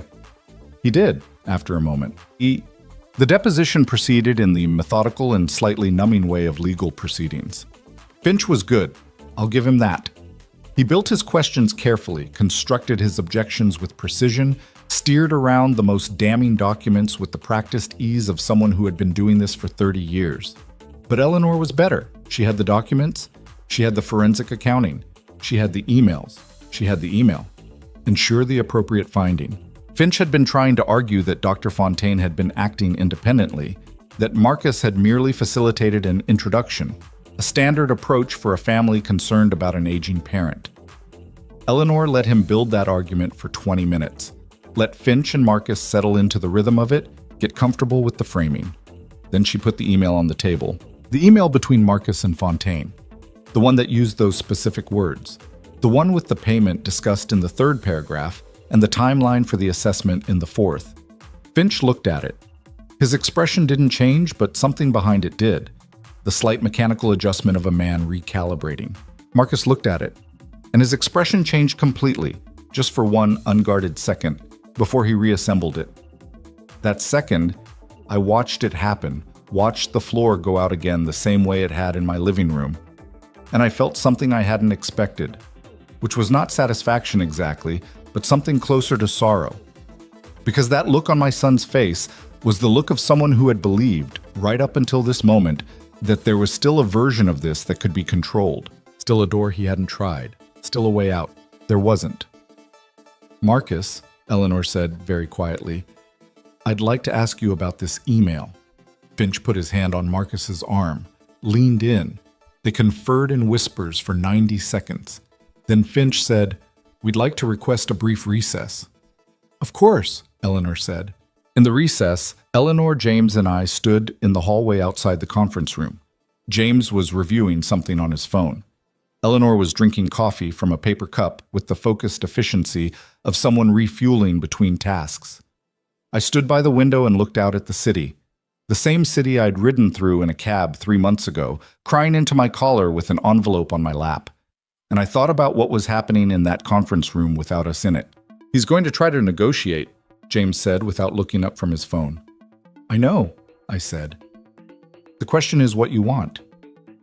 I had thought about this, had been thinking about it since before the deposition, since before Eleanor's call about Finch, since the night I sat in Victor's study and read his notebook. What did I want? Not what was strategically optimal. Not what James or Eleanor recommended, not what Victor had planned for. What did I want? I want accountability, I said, not destruction. Eleanor looked at me over her coffee cup. There's a difference, I said. Destruction is easy. Destruction is, I hold the documents, I press every legal lever. I make sure Marcus and Vanessa face the maximum possible exposure for every single thing they did. I could do that. Eleanor could do that. We could, Eleanor said simply, but accountability is different. Accountability means they understand what they did. They face real consequences. They make real amends. And they do it because the alternative is destruction. I paused. I want them to choose accountability. I'm not interested in giving it to them. They have to choose it. James finally looked up from his phone. That, he said, is a more sophisticated legal strategy than most people come into these situations with. I'm 70 years old, I said. I've had time to think. The recess was 45 minutes. When we went back in, Finch made an opening statement that was, in the particular language of these things, the beginning of a different conversation. The next 6 weeks were the most relentlessly uncomfortable of the entire process. And that is saying something given what had preceded them. Negotiation is a word that sounds cleaner than it is. What it actually involves is sitting across from people who have wronged you and discussing, in precise and unemotional language, the terms under which they will make partial restitution for things that cannot be fully repaired. It involves listening to Finch argue that certain transactions were accounting irregularities rather than fraud, and maintaining Eleanor's face of composed authority while every part of you wants to put the 63-page forensic accounting summary through the nearest window. I attended every session. Eleanor continued to advise against it, and I continued to attend anyway. Not to react, I had learned, by this point, to hold that discipline, but because I refused to let this process happen without my physical presence in the room. This was my life being negotiated, my 43 years, my husband's fortune and his company and the plan he'd built out of love and out of failure. I was going to be there. Marcus, across the table at these sessions, went through phases. In the first 2 weeks, he was still fighting, not combatively, but strategically, looking for edges, trying to reframe things, working with Finch to find the version of events that cost him least. In the third week, something shifted. I noticed it first in small things. The way he held his coffee cup, tighter than necessary. The way his eyes moved across the documents more slowly, like someone reading the same page 3 times and still not quite absorbing it. He was understanding, not just legally, actually understanding. On the 4th week, as we were working through the terms of the corporate restructuring, the mechanism by which Marcus would systematically repay the extracted funds through earned compensation rather than being summarily stripped and prosecuted, Marcus said something that stopped the room. Finch had stepped out briefly. The junior associate was on her phone. It was just Marcus and Eleanor and James and me. And Marcus looked up from the papers and he said, quietly and without the particular performance he'd been maintaining for weeks, "How did Dad know? How long had he—" He stopped himself, looked back down. 3 years, I said. He didn't look up. He knew for 3 years, Marcus. He hired an investigator. He documented everything. And he spent those 3 years building a structure to protect me while also— I stopped. Because the rest of that sentence was while also protecting you from the full consequences, which was true and which Marcus didn't deserve to hear as a comfort. Not yet, maybe not ever. While also trying to understand how it had gotten this far. Marcus was quiet for a long time. Then, he never said anything. "No," I said. He didn't. Why? It was the same question I had asked myself. In Victor's study, at the kitchen table, in the 3 a.m. dark. The question that didn't have a clean answer. "Because he loved you," I said. "And he was ashamed. Of you, of himself, of the whole situation. And because Victor Mercer never in his life knew how to say the hard thing directly when there was a way to handle it quietly." I paused. That was his flaw. Not mine. Not yours to use, Marcus. His. Marcus looked up. His eyes, for the first time since the conference room in the will reading, since before that maybe, looked like my son's eyes. Not the businessman across the table. Not the man who had sat in that chair clicking his pen while I received an envelope. My son. 45 years old and sitting across from his mother looking exactly like he had at 8 years old standing in the kitchen doorway pretending he just wanted water. "I know," he said. "I know it doesn't—" "Don't," I said. Not harshly. "Not here. Not in this room with the lawyers and the documents. If you want to have that conversation with me, you come to the house. You sit at my kitchen table. You look me in the eye without Finch next to you and without a legal strategy underneath every word. Then we can talk." He looked at me for a moment. "Okay," he said. Finch came back in. The session resumed, but something had moved in the room. Some arrangement had shifted, some weight redistributed. And I think both of us felt it, and I think neither of us was entirely sure what to do with it yet. Vanessa came apart separately from Marcus, and faster. I had expected Marcus to fight longer. What I hadn't expected was how thoroughly and rapidly Vanessa's particular structure collapsed once it was examined directly. James's work on her individual exposure had produced, over the course of 6 weeks, a picture of a woman who had spent 11 years operating within her marriage as a kind of silent strategist, not just on the Fontaine situation, but in patterns that predated it. The communications James's team had found went back years, detailing a sustained and deliberate effort to position Marcus to take maximum control of Victor's estate and minimum interference from me. When Vanessa was formally interviewed, her own attorney present, a different attorney from Finch, who was considerably less composed under pressure, she lasted 40 minutes before the shape of her answers changed. I wasn't in the room for that interview. I had made the decision not to attend, which was its own kind of discipline, and which Eleanor had approved of. "There are things you win by not being present," she'd told me. This is one of them. What James reported afterward was that Vanessa, in the particular moment when her attorney had leaned over to confer with her, and she had looked up at the room alone for just those few seconds, had looked like someone who had spent 11 years building a specific version of her life on assumptions that had turned out to be wrong about the foundations. She thought you had nothing, James said. Everyone did, I said. She built her whole strategy on that assumption. The husband she'd cultivated, the plan she'd constructed, the position she expected to occupy after the estate settled. All of it depended on you being exactly what she thought you were. A tired old woman with an envelope, I said. Yes, I thought about that. About Vanessa in my kitchen over 11 years, measuring every room for value. About the particular patience of that, the years of careful positioning, the small comments about my age and my memory and my sleep. The groundwork laid so thoroughly that by the time the plan moved into its final stage, it would look like a natural conclusion rather than a constructed one. She was very good at it, I said. I'll give her that. James raised an eyebrow. You can acknowledge someone's capabilities and still hold them fully accountable, I said.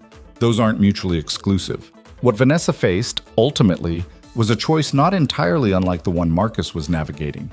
Cooperation and accountability, or the full weight of what the evidence could produce. Her attorney advised cooperation. She took the advice.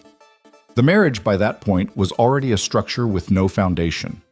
Whatever it had been built on had not survived the exposure of what both of them actually were when the situation required them to make hard choices. Marcus came to the house on a Saturday morning in November, called ahead, knocked, which he had not always done. I let him in. We sat at the kitchen table. I made coffee. Did not make eggs. That felt like too much, too freighted, a gesture that neither of us was ready for. Just coffee, plain and present. He sat with both hands around the cup the way Ryan had, which I noticed and did not say anything about. He talked for a while without me stopping him. Not the performance, not the management, just talking. About the gambling, which he had not told me directly before. About how it had started. Vegas trip with business clients in 2015, nothing significant, and then gradually, quietly, the way these things go when you have the resources to hide them and the pride to refuse to acknowledge them. About the specific shame of it, the way it had operated in him like a secret gravity, pulling money and then lying about the money and then covering the lies with more financial misdirection, the whole structure expanding under its own weight until it was $6 million and an investigator and a dead father who had known for 3 years and said nothing. I told myself it was temporary, Marcus said. Every time. I told myself I was almost out, that I had a system, that the next... He stopped. You know how it sounds. Yes, I said. I know how it sounds. I didn't go to Dad because I thought I could fix it. And then I couldn't fix it. And I was too far in and too embarrassed and He looked at his cup. And then Vanessa had an idea. Yes, I said. She did. I knew it was wrong, he said. Quietly. Not as a defense, just as a fact.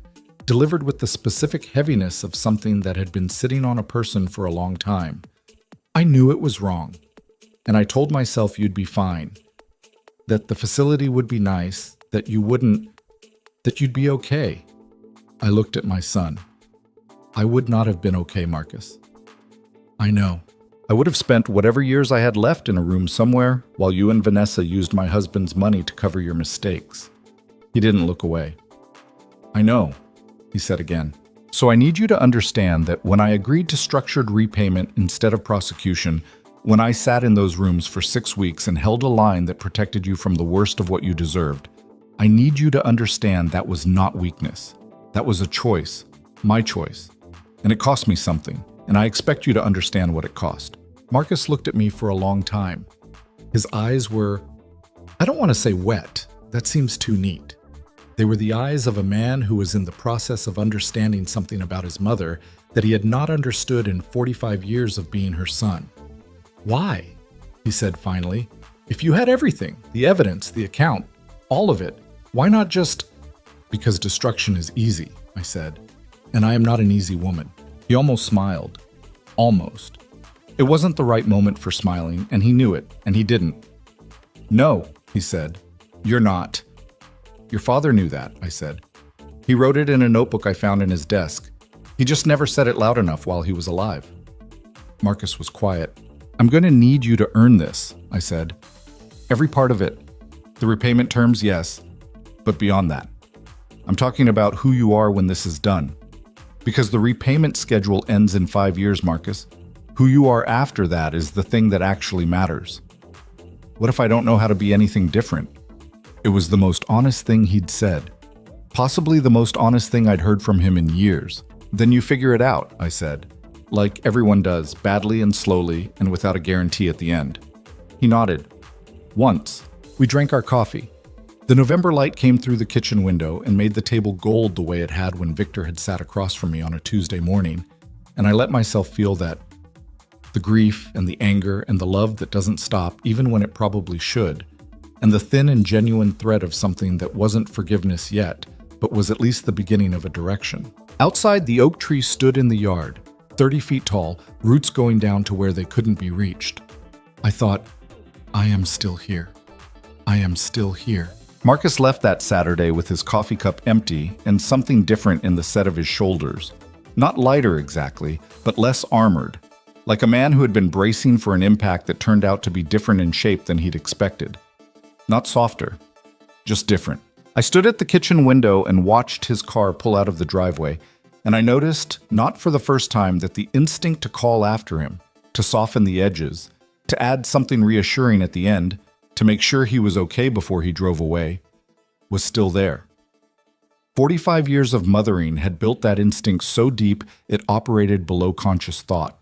I noticed it and I let it pass. The way you let a wave pass when you've finally learned to stand in the water instead of running from it. I was not done being his mother. I would never be done being his mother. But I was done confusing that love with permission to let things go that should not be let go. There's a particular cruelty in being a woman who loves too much without boundary. Not cruelty imposed from outside, but self-inflicted. The slow erosion of your own edges because someone else's discomfort always felt more urgent than your own. I had done that for decades without naming it. I was naming it now. The harder thing, it turned out, was Ryan. Ryan had been in treatment for 6 weeks by the time Marcus came to the house that Saturday.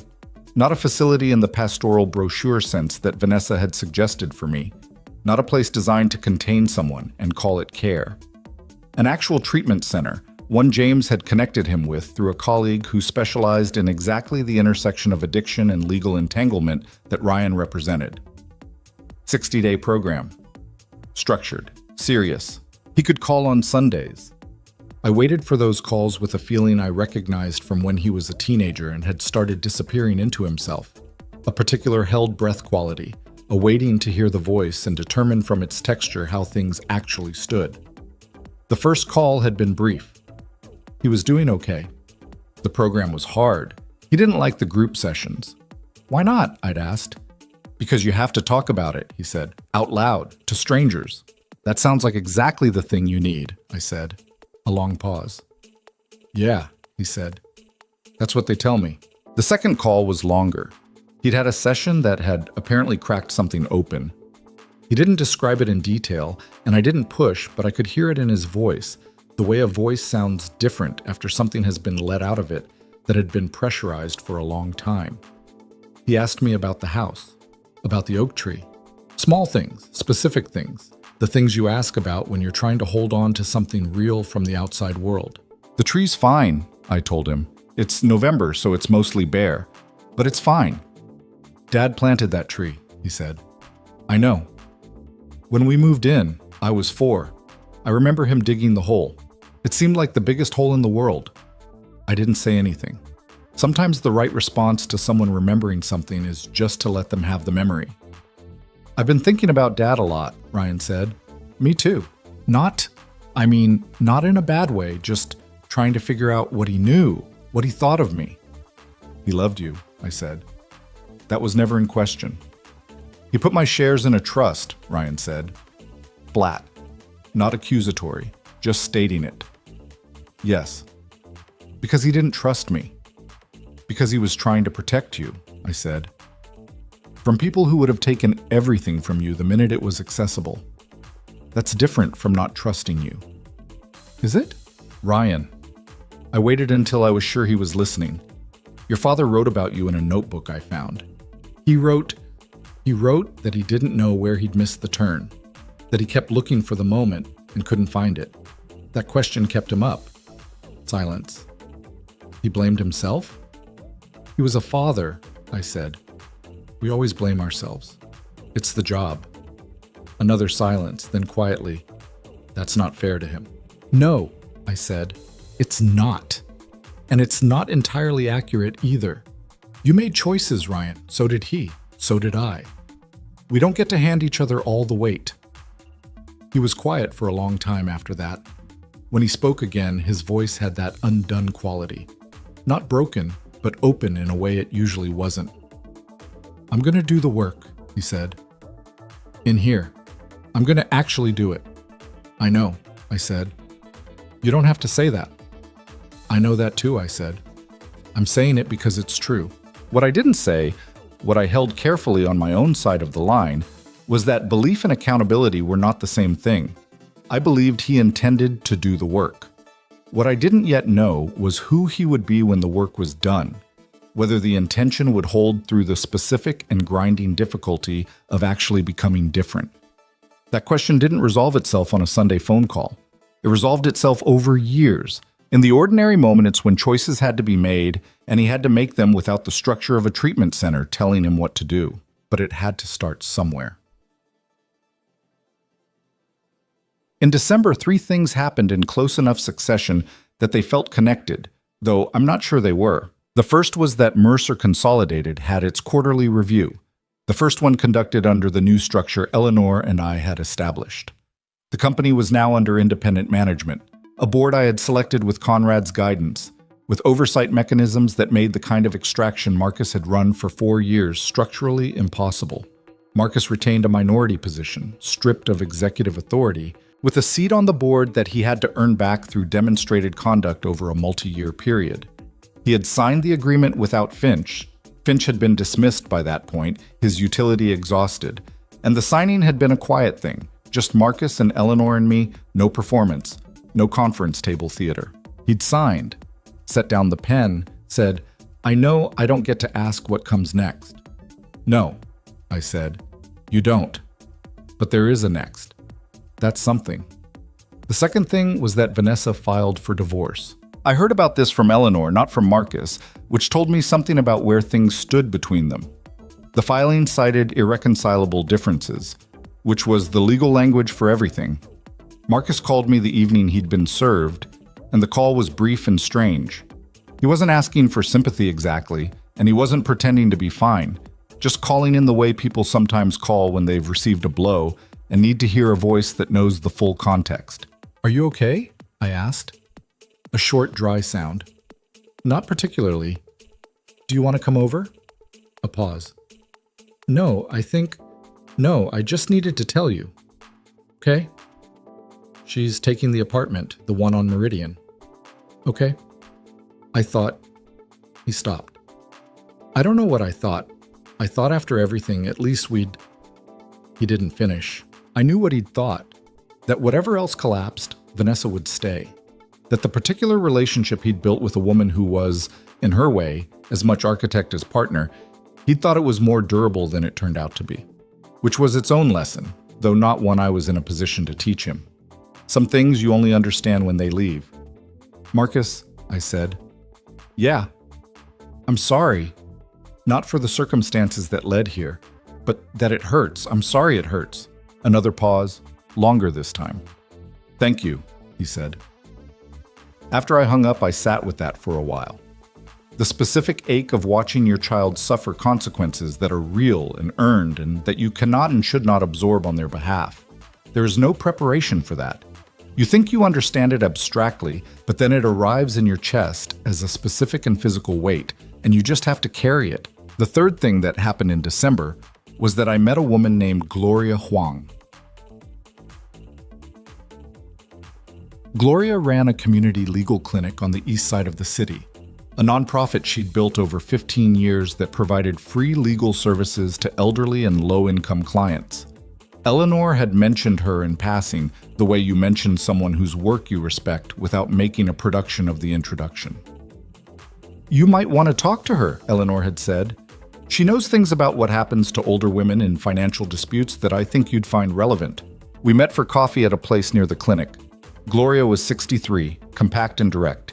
with the specific energy of someone who has spent decades being angry about something and has figured out how to make the anger productive rather than consuming. She wore her reading glasses on a chain around her neck and took them off and put them back on several times during our conversation in a way that seemed entirely unconscious.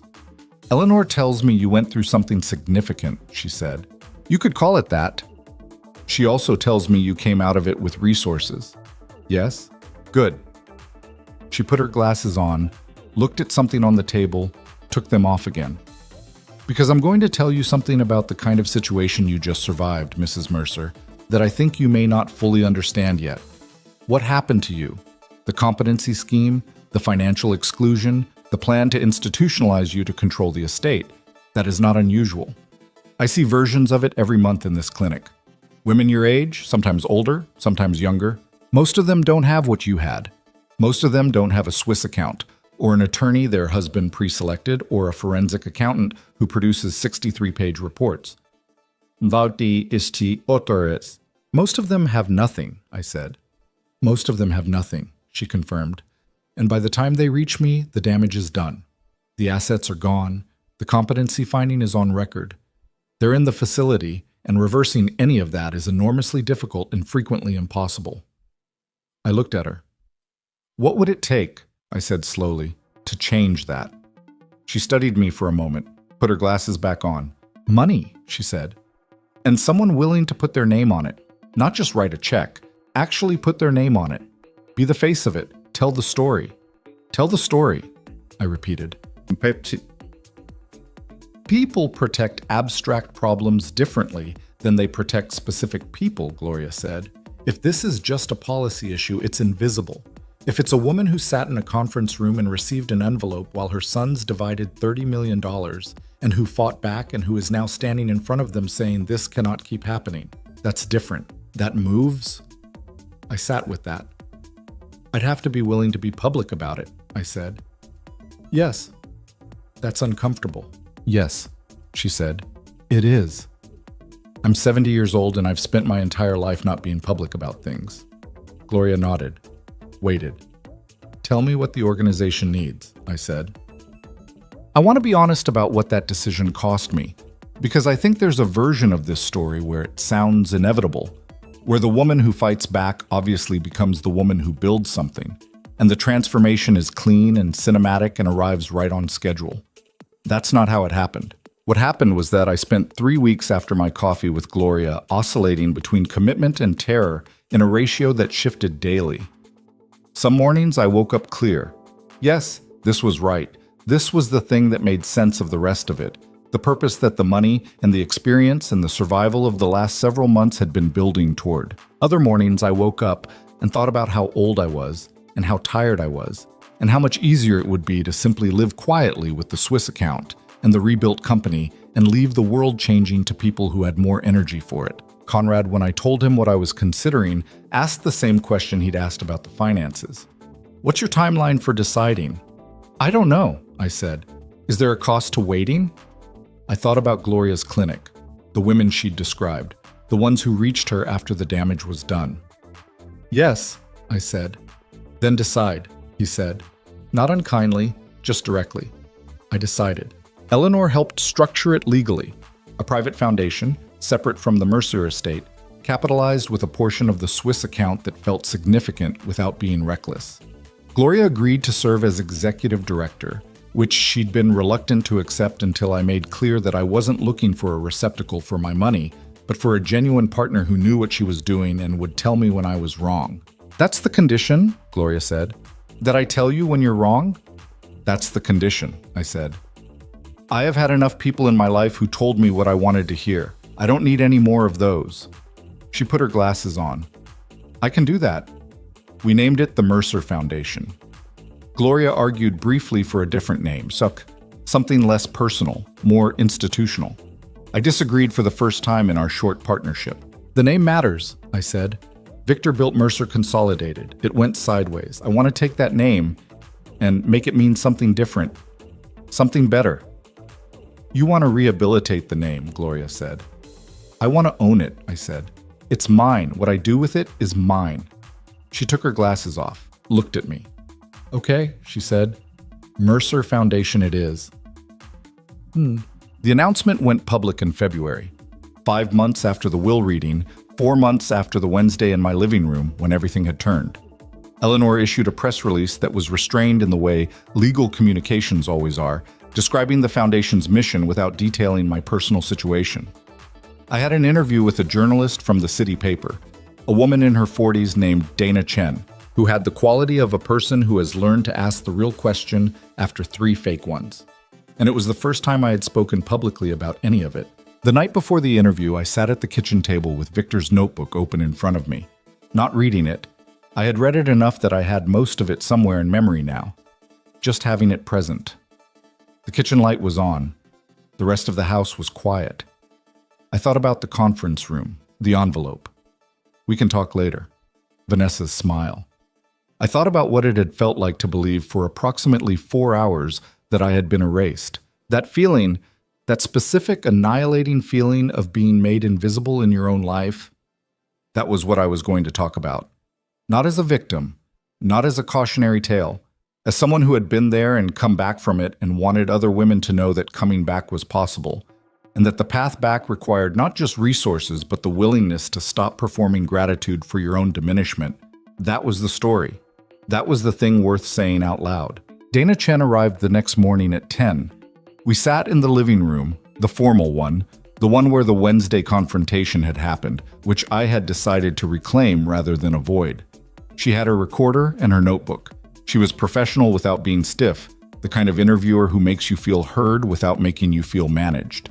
"Can you tell me," she said after the preliminary questions, "what it felt like? In the moment, when you opened the envelope?" I thought about how to answer that honestly. "It felt like being told that the 43 years hadn't counted," I said. "Not the legal situation. I mean, before I knew about the legal situation. Just that moment of sitting in the room with the envelope in my hands and understanding that my sons looked at me and saw a variable to be managed. That's what it felt like." And now? I looked at the window. The February light was different from November. Thinner, more direct, without the gold warmth of autumn. "Now I understand that I was never a variable," I said. "I was always the constant. I just didn't know it yet." Dana wrote something in her notebook. "What do you want other women in similar situations to take from your story?" she asked. I thought about that. "That silence is not the same as weakness," I said. "I was silent for a long time, about a lot of things, but I was never weak. And the moment I understood the difference between those two things, everything changed. And for women who don't have the resources you had, the account, the attorney, that's why the foundation exists," I said. "Because I got lucky. Victor built that protection for me, imperfectly, secretly, in a way I wish he'd handled differently, but he built it. Most women don't have that. Most women walk into a conference room with an envelope, and that's where the story ends." I paused. "We're trying to change where the story ends." Dana clicked off her recorder at the end, thanked me, stood up to leave, then stopped at the door of the living room. "Mrs. Mercer," she said, "can I ask you something off the record?" "You can ask." "Do you forgive them? Your sons?" I thought about Marcus at the kitchen table in November, both hands around a coffee cup he hadn't wanted to put down. About Ryan on Sunday phone calls, doing the actual work of trying to become different. About the complicated mathematics of loving people who have caused you damage and having to decide every day what to do with both of those realities at once. "I'm working on it," I said, which is different from saying yes and different from saying no. She nodded, seemed to understand that. "That's the most honest answer I've heard all week," she said. After she left, I stood in the quiet living room for a moment. The recorder was gone. The notebook was gone. The formal quality of the morning was dissolving, as it always does once a performance ends, and you're left with just the room and yourself. I was tired. Not the tired of defeat. I'd learned to distinguish between them by now.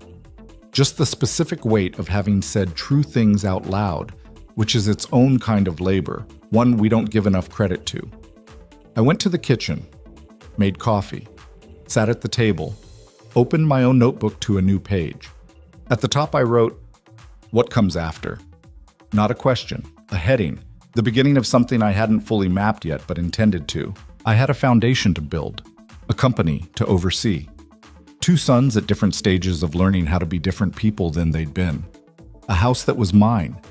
An oak tree in the yard with roots deeper than any of us. I had 70 years of accumulated knowledge about what it meant to love people badly and well, to fail and to survive the failure, to be erased and to refuse the erasure. I had Victor's notebook in the drawer in the study and my own notebook on the table in front of me, and I was the only one who got to decide what came next. I wrote, "The article ran on a Sunday. I didn't read it until late morning. I'd woken early, made coffee, sat with Victor's notebook for a while the way I sometimes did on slow mornings. Not reading it exactly, but just letting the presence of it settle something in me. Then I made toast, ate it standing at the kitchen counter looking out at the yard where the February oak was bare and gray and entirely itself, unbothered by the season. Dana Chen had written well.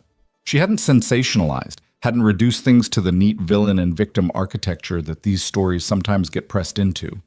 She had written about the foundation honestly, about the legal framework, about the scope of elder financial abuse as Gloria had helped frame it, the statistics, the patterns, the structural vulnerabilities that made women of a certain age and situation particularly exposed. And she had written about me. Not as a symbol, as a person. A 70-year-old woman who had sat in a conference room and received an envelope and then made a series of choices about what to do next. My phone started ringing at noon. Not Marcus, not Ryan. That would come later. The calls that came first were from strangers. Women, mostly. Some of them older. Some of them in the middle of situations that sounded like mine or worse. Some of them calling just to say they had read the piece and had felt, for the first time in however many months, that what was happening to them had a name and a shape, and was not simply the result of some personal failing on their part. One woman called from somewhere in the Northeast. I never caught the city. And she talked for 12 minutes without stopping. And the shape of what she described was so precise a mirror of what I had experienced that I had to set the phone down once and press my hand flat on the kitchen table and breathe before I could respond. "What do I do?" she asked at the end. Not helplessly. With the specific urgency of someone who has finally understood that there are options and is desperate to know what they are. I gave her Gloria's number. Then I sat at the table and I thought, this is what it's for. Not the money, not the legal victory, not even the foundation itself in the abstract. This. A woman calling from a city I don't know because she read something and felt less alone inside her own crisis. That is the thing worth doing. I wrote it in my notebook. Not for anyone else, for myself. This is what it's for. Bam. Ryan came home in March, 62 days after he'd gone in. I drove to pick him up myself, had offered, and he had accepted, which mattered.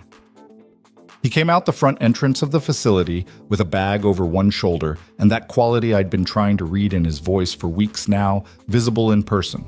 Thinner, yes, still, but with the loose connection quality in his eyes replaced by something more deliberate, more present, like a person who has been practicing the act of being inside their own life and is getting incrementally better at it. He put his bag in his trunk, got in the passenger seat.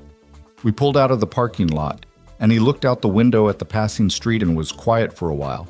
And I let him be quiet because that was what he needed, and I was done filling silences just to fill them. We were almost home when he said, "I don't know what I'm going back to." "What do you mean?" "The apartment is..." He stopped. "The people I can't go back to any of that. The therapist says that's the whole point, that recovery means the old life genuinely doesn't fit anymore, but that also means I don't know what fits." "That sounds terrifying," I said. "Yeah. It's also correct." He looked over at me. "You can't rebuild using the same materials," I said. "That's true for you. It was true for me. The old shape doesn't work anymore, and for a while you just have to live in the shapelessness of that and trust that something new is forming." He was quiet for a moment. "That's not particularly comforting." "No," I said. "It's not. But you didn't ask me to comfort you. You asked me what you're going back to." A pause. Then something that was almost a laugh, short, real, surprised out of him. "Fair," he said. We pulled into the driveway. He sat looking at the house, at the oak tree, bare but beginning now in the early March cold to show the first suggestions of buds at the ends of its branches. "Dad planted that tree," he said. He'd said it before. on the phone. I understood he needed to keep saying it. Some things need repetition to become bearable. He did, I said. I want to do something, Ryan said. I don't know what yet. Something that I want to build something, not take from something. Build. Okay, I said. I don't have a plan. Plans come after the decision, I said. You've made the decision. That's the harder part. He picked up his bag, got out of the car, stood in the driveway for a moment, looking at the house with a specific expression of someone who has been away long enough that familiar things look slightly different. Not foreign, but seen more clearly, the way you see a room better after you've been out of it a while. Can I stay here for a while? He asked. Not permanently, just until I figure out, just for a while.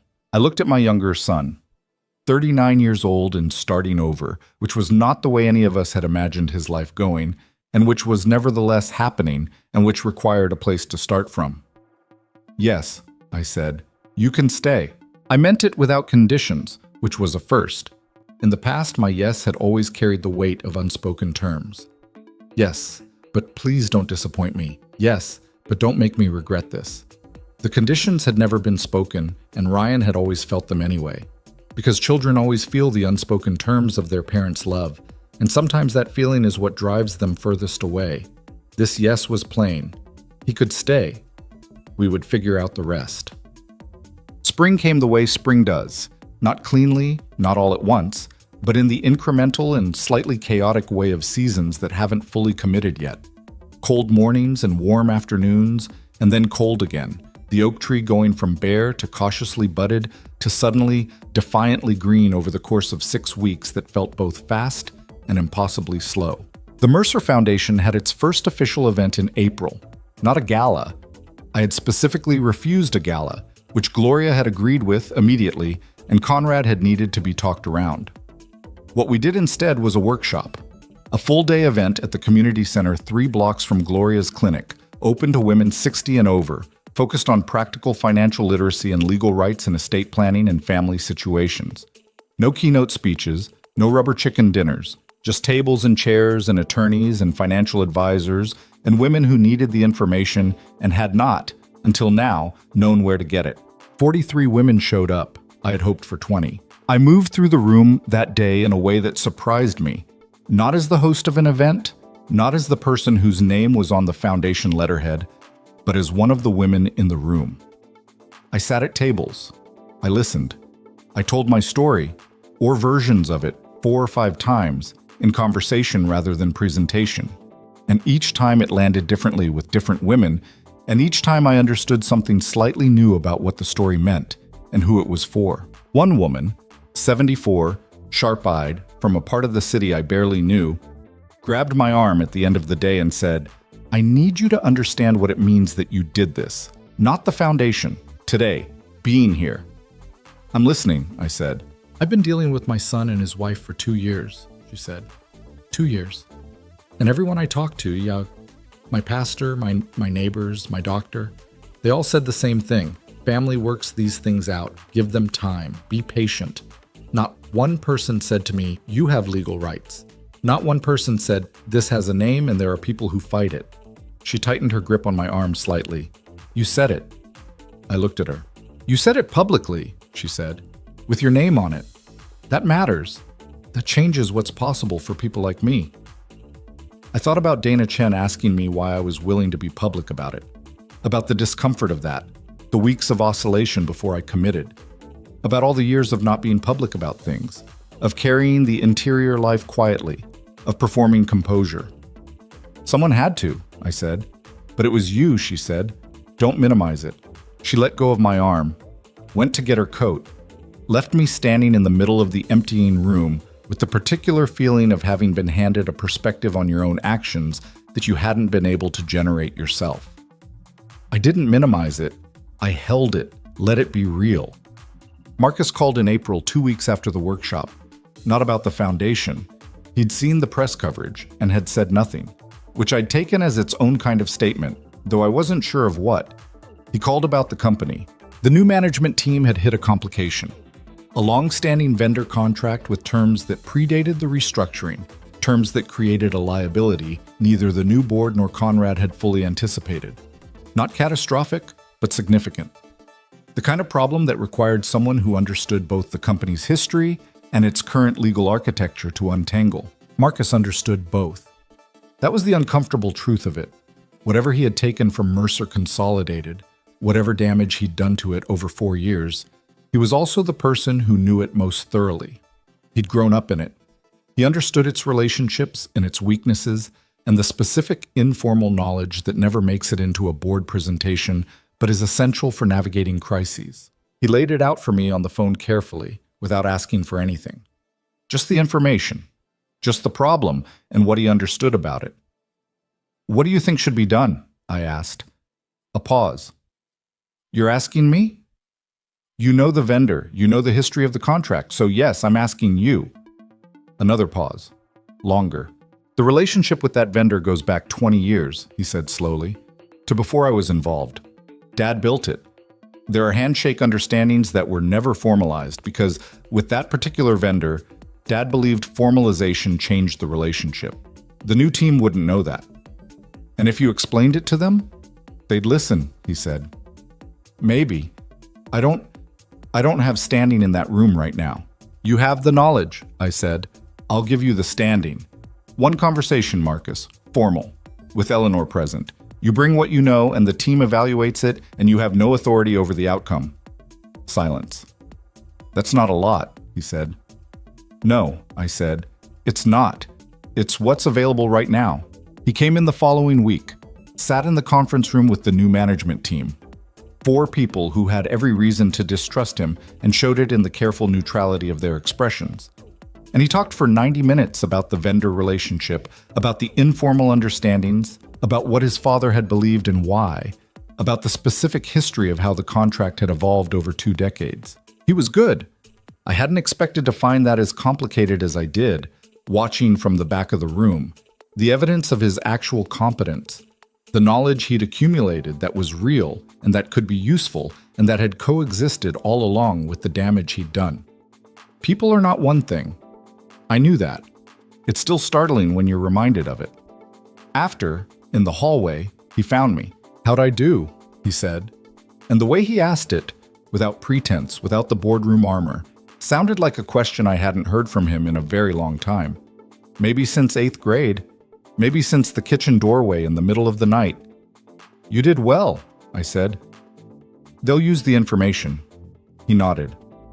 "Marcus," I said. "Yeah, this is how it works from now on. You bring what you have, you earn what you get. There's no shortcut back and there's no inheritance waiting at the end. There's just the work." He looked at me. "I know." "You say that," I said, "but knowing it and living inside it every day when it's hard are different things, and it's going to get hard." "I know that too," he said. "Okay," I said. We stood in the hallway. Somewhere in the building, the new management team was already discussing what Marcus had told them, deciding what was useful and what wasn't, making the company's decisions without either of us in the room, which was how it should be. "Can I—" Marcus stopped, started again. "Can I come to the house sometime? Not for— just to come, just to sit at the table." I thought about that, about what it meant to say yes to that, not the legal or strategic version of the question, but the actual human version. My son at my kitchen table. The complicated love of it, the grief of it, the fact that it would never be simple and I was done pretending things were simple when they weren't. "Yes," I said. "Come on a Saturday, call first." He almost said something, then didn't, just nodded. We walked out in different directions, which was right. We had things to do. Separate things in separate rooms with separate accountabilities. That was the architecture of this new chapter. Not estrangement, not easy reunion. Something more honest than either. 2 people in the same family, rebuilding from different positions, with no guarantees about where it ended up. In June, I did something I hadn't done in years. I took a trip alone. Not a legal trip, not a foundation trip, just travel. A week in a city I'd always wanted to see and had deferred for 43 years because the timing was never right, or Victor didn't want to go, or the boys needed something, or there was always a reason that seemed sufficient in the moment, and that I understood now had added up, collectively, to a life with large sections left unexplored. I packed a single bag, Flew economy, which Conrad thought was eccentric and which I thought was correct. Stayed in a small hotel near the center of the city and spent 7 days walking, eating, sitting in parks and coffee shops and museum courtyards, talking to strangers in the specific temporary intimacy of travel, where you can say things to a person you'll never see again that you might not say to the people who know you. On the 4th day, I sat in a garden outside an old building, the kind of place where several centuries of history had accumulated so densely that you could feel the weight of it in the architecture, and I wrote in my notebook for 2 hours. Not about the foundation, not about the legal situation or Conrad's financial projections or what Marcus had or hadn't done or where Ryan was in his recovery. I wrote about Victor, about the 43 years, about the things I was grateful for and the things I would have changed, and the fact that you can hold both of those simultaneously without one canceling the other. I wrote, "He gave me what he could. He could not give me what he didn't know how to give. That is the truth of most people who love imperfectly, which is all people who love." I wrote, "I am angry that he carried it alone. I am grateful he carried it at all. I am not sure those two things will ever fully resolve into one feeling, and I am learning to accept that they don't have to." I wrote, "The oak tree is 30 feet tall. He planted it when Ryan was 4. It will probably outlast all of us, which is something." I closed the notebook and sat in the garden and listened to the sounds of a city going about its business around me and felt, for the first time in the year since Victor's death, something that was not quite peace. Peace seemed too complete, too resolved for what my actual life contained, but was close enough to rest. A setting down of something I'd been carrying for longer than I'd realized. Not forever, not completely. But for now, in this garden, in this city, on this afternoon with the June light doing what June light does. For now, enough. The first anniversary of Victor's death was a Tuesday. I woke up and made scrambled eggs. The same eggs. The same way. For one, Ryan was downstairs. He'd been in the house for 3 months and was beginning to talk about finding his own place, which I thought was the right instinct at the right time. He came into the kitchen and saw the eggs and said nothing, because he understood without my telling him, and that understanding, that quiet recognition, was its own small evidence of how much he had changed in the last year. He made coffee, sat down. We ate without talking much, the way you sometimes do with people you know well enough that silence doesn't need to be filled. At some point he said, "I've been thinking about the drawings." I looked up. "The ones from high school that you kept." "They're in the hall closet," I said. "Top drawer." He absorbed that. "You still have them." "I told you I kept everything worth keeping," I said. He was quiet for a moment. Then, would it be okay if I looked at them?" "They're yours," I said. "They've always been yours." After breakfast, he went to the hall closet and I washed the dishes, and I heard him in the hallway, the quiet sound of him going through the folder, and I did not go in because some things need to happen in private. Some reckonings are between a person and their own past, and the most loving thing you can do is give them the room to have it. I was drying the coffee cups when he appeared in the kitchen doorway, the folder in his hands. His expression was the specific, undefended expression of someone who has been ambushed by their own younger self. "There are 40 of them," he said. 43, I said. I counted. He looked down at the folder. "They're not very good." "Some of them are good," I said. "The landscapes especially." He almost said something dismissive. I could see it forming, and then he stopped himself, looked at the folder again. "Yeah," he said finally. "Some of them are okay." He took the folder back to his room. I finished drying the dishes, stood at the kitchen window looking at the oak tree, which was in full June green now, enormous and steady, and rooted so deep that no season had ever been able to persuade it to be otherwise. I thought about the conference room, the envelope, that moment of believing I had been erased. I thought about Eleanor and James and Gloria and Conrad, and the 70-plus women who had come to the April workshop, and the woman from the Northeast who had called and asked, "What do I do with the urgency of someone who had finally understood that doing something was possible?" I thought about the notebook in Victor's desk drawer and the one on my kitchen table, and the 43 years that connected them, and the year since that had been simultaneously the hardest and the most awake of my life. I thought about what it costs to be made invisible and what it costs to make yourself visible again, and the fact that both of those costs are real and that the second is worth paying. Here is what I know at 71 that I did not know at 70. Dignity is not given.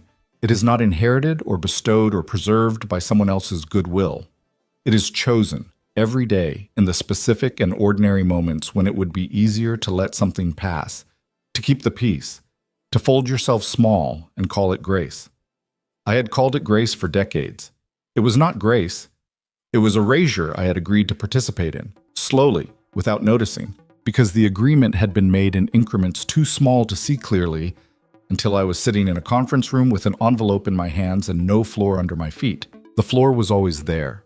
I had always been standing on it. I just hadn't looked down. Loving your children is not the same as protecting them from the consequences of who they choose to be. I had confused those two things for so long that the confusion felt like the truth. It was not. Love without accountability is not love. It is a performance of love that ultimately protects no one, least of all the person you think you're protecting. Marcus needed consequences. Ryan needed real help. What they had both needed, and what I had failed to provide for years, was a mother who loved them enough to stop pretending the problems weren't there. I am still their mother. I will always be their mother. But I'm also a person separate from that role. A person with her own money and her own foundation and her own notebook and her own passport now stamped with a city she always wanted to see. Those two things coexist. They always could have. I simply did not know I was allowed to let them. And Victor, who loved me imperfectly and planned for me brilliantly and was never able to just say the thing directly, who wrote his truest thoughts in a cloth-covered notebook and carried them alone because that was who he was, with all the strength and limitation that entailed. He gave me the tools. The money, yes, but beyond the money, the evidence that someone had seen me clearly enough to plan for my survival. That is not nothing. That is, in its way, one of the most deliberate and considered acts of love I have ever witnessed, wrapped in all the wrong packaging. I have had to learn to receive it for what it was rather than resent it for what it wasn't. That is ongoing work. It may always be ongoing work, but I'm still here. Standing in my kitchen on a Tuesday morning in June, 1 year after scrambled eggs, with the oak tree going its undisturbed green outside the window, and the sound of my son in the next room, and the Foundation's quarterly report on the table and my own notebook open to a page I haven't finished yet. Still here. Still writing. The story is not over. It was never going to be over. But this chapter, the chapter that began in a conference room with an envelope and a room full of people who thought they knew who I was, this chapter has an ending. And the ending is this: I am not the woman they thought they were burying. I never was. End.